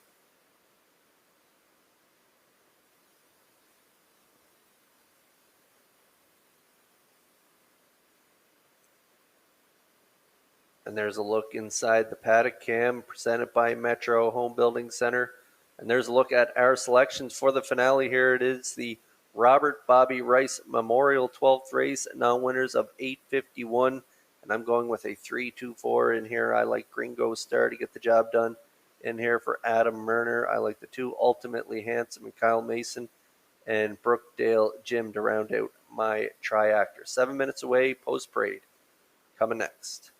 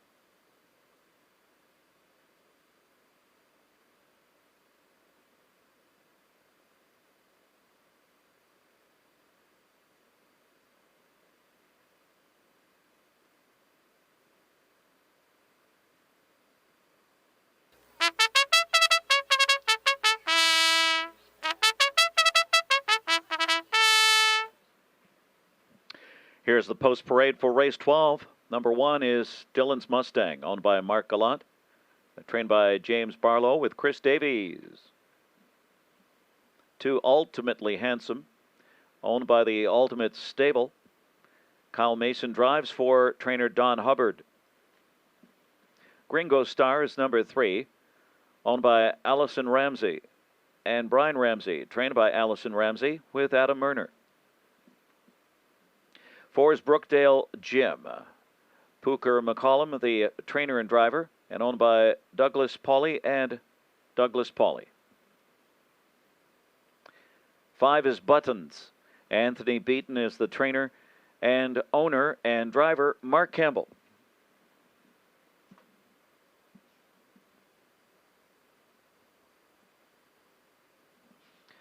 6 is Arrived Late, owned by Taylor Doyle and Robin Lugenes. Taylor Doyle is the trainer and Brody McPhee will drive. Number 7, Smiley Bayama, owned by Alexis Gass, trained by Ronnie Gass with Corey McPherson. And number 8, Overbearing, driven by Philip DeRoche for Jacob Sweet and the Ultimate Stable. Field of 8, race 12. The Robert Bobby Rice Memorial presentation Exactor Superfecta Triactor on race 12. Race day live broadcasting at Redshores.ca, Redshores YouTube channel, and FM 98.5, in-house monitors channel 2. That's in-house monitors channel 2.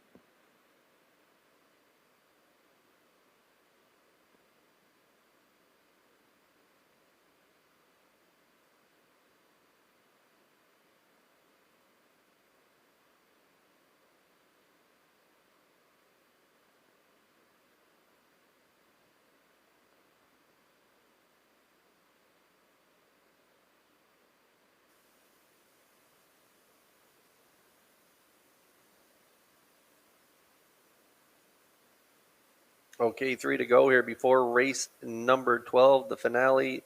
It is the Robert Bobby Rice Memorial, and there is my top choice on the screen right now. Gringo Star, owned by Allison Ramsey, Winslow North, and Brian Ramsey of Summerside.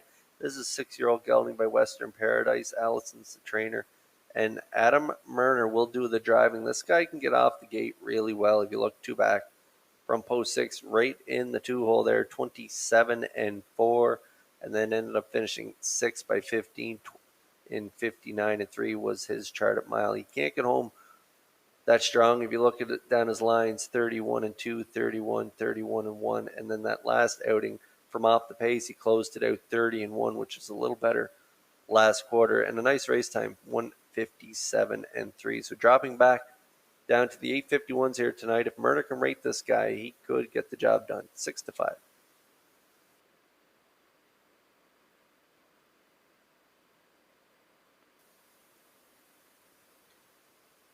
And now we're getting a look at the 2. Ultimately Handsome, Ultimate Stable of Greater Lakeburn is the owner. This is a veteran, 9 years old. He's got 35 lifetime wins, a mark of 56-1, taken right here at Charlottetown. He was good in his 3rd start back there in St. John there, where he was parked the entire mile and still ended up 2nd, race timed in 2 minutes, a 1/5. And then on the island, he was race time 58-4 in his 2nd last start, and then made that break. So we'll see how he does here tonight.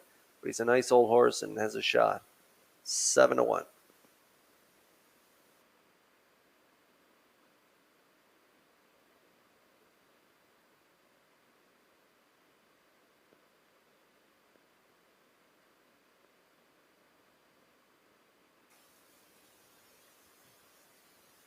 And to round out my triactor in here, I went with the 4 Brookdale Gym, owned by Douglas Poley and Douglas Poley of Amherst, Nova Scotia.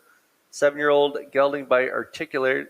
Pooker McCollum is the trainer and driver. 4th last time out, 59-1, and 4th prior to that, 57-4. So making the move over to the island this week. I'd like to welcome him over to the island. He's got a shot in here off those lines especially, and even his 4th last start there, 3rd race time, 56-3. We'll see how they do here tonight from post 4, currently 2-1.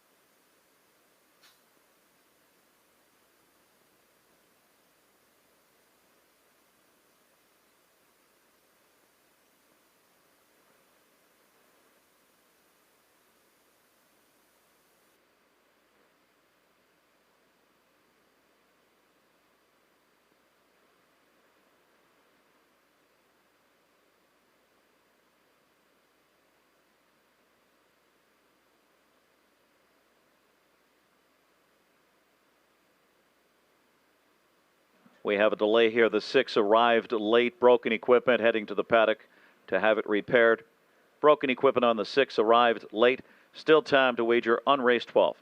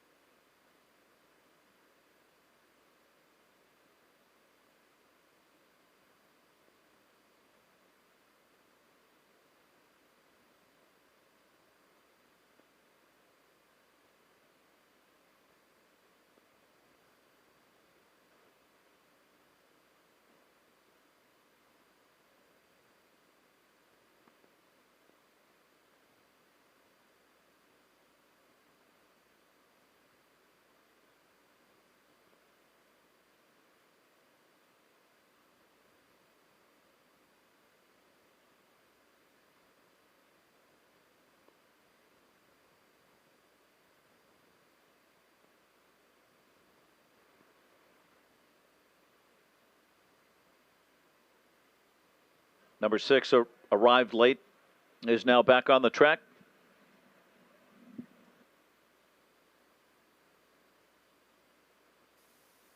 Final call.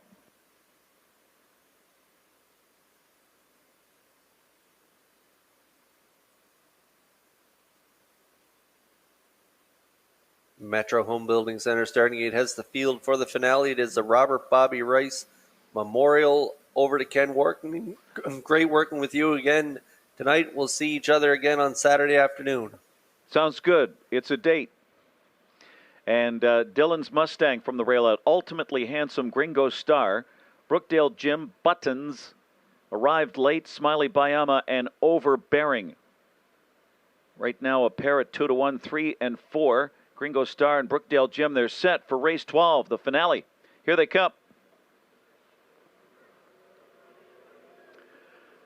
And the Rav, Gringo Star shoots out and goes for the lead. Dylan's Mustang on the inside, arrived late, is arriving early now, up into second. So Dylan's Mustang is going to settle in third on the first turn. Ultimately Handsome, urged on and gapped in fourth.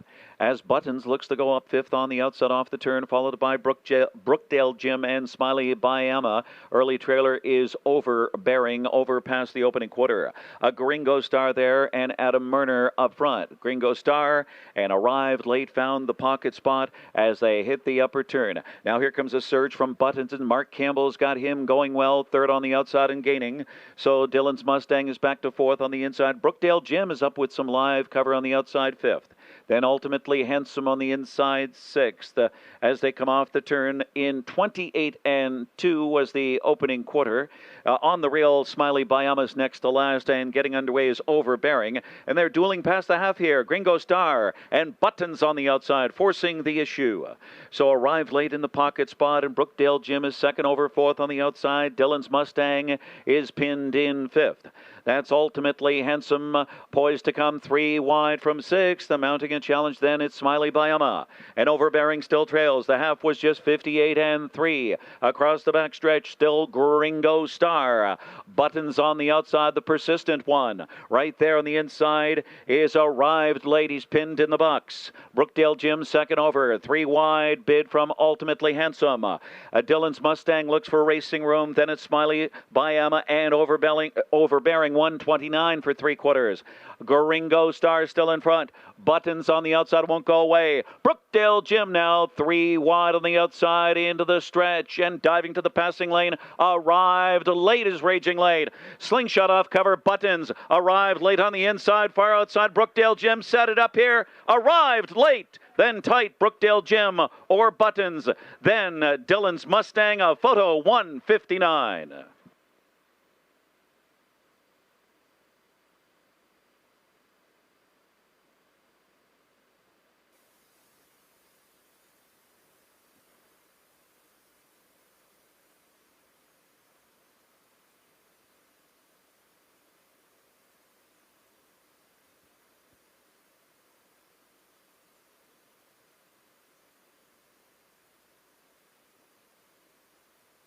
Okay, we're going to get a look at the Universal Media slow-mo. Perfect trip here for the 6. Arrived late as he pockets up behind Gringo Star through fractions of 28 and 2, 58 and 3. The 5 Buttons and Campbell, they come first up, 129 down to the 3/4 and around the last turn. Arrived late, and McPhee, they scoot up the pass lane here to get it all. Time of the mile, 159 flat. A great effort from the 5 Buttons.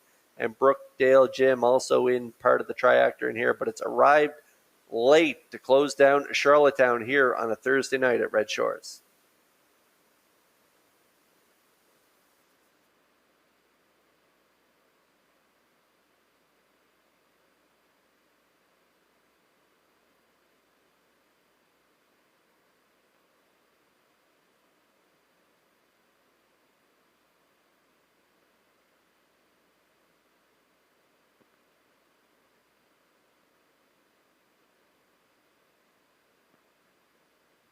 Number 6 arrived late, posted first. 5 Buttons second.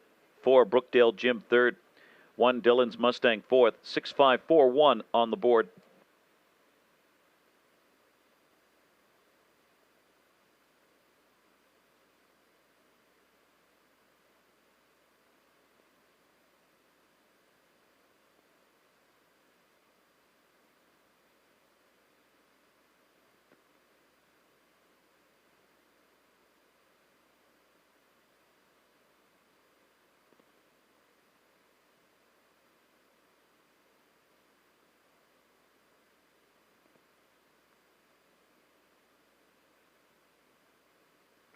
Number 6 arrived late, a 10-year-old bay gelded son of $1 Million Cam out of Precious Relation by Precious Bunny. Bred by Bred B. Wright, owned by Taylor Doyle of Kensington, Robin La Jeunesse of Summerside, trained by Taylor Doyle, Brody McPhee. Up the passing lane here. First win of the season, 32nd career victory. Arrived late, 159 in race 12. Cooler presentation, the Robert Bobby Rice Memorial. Family and friends honoring the memory of Robert Bobby Rice. It's official.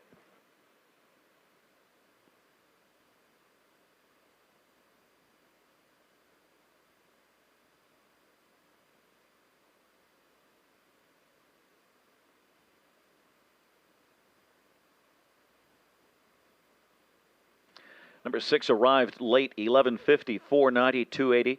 The 5 Buttons, 710, 344. Brookdale Jim, 270. Exactor 6.5, $78. That's $78. Late double 3, 6, 25.60.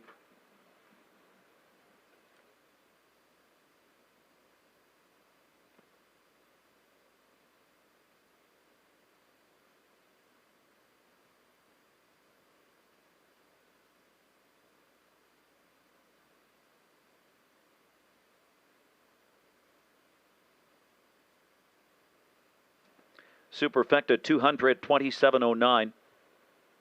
That's 227.09. Dylan's Mustang 4th. Ultimately Handsome 8th. Gringo Star 5th. Brookdale Jim 3rd. Buttons 2nd. Arrived late, the winner. Smiley Bayama 6th. Overbearing 7th. Rechecking 485. 321. 67. 28 and 2. 58 and 3. 129.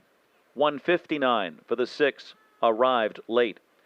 Triactor, 654, $184.40.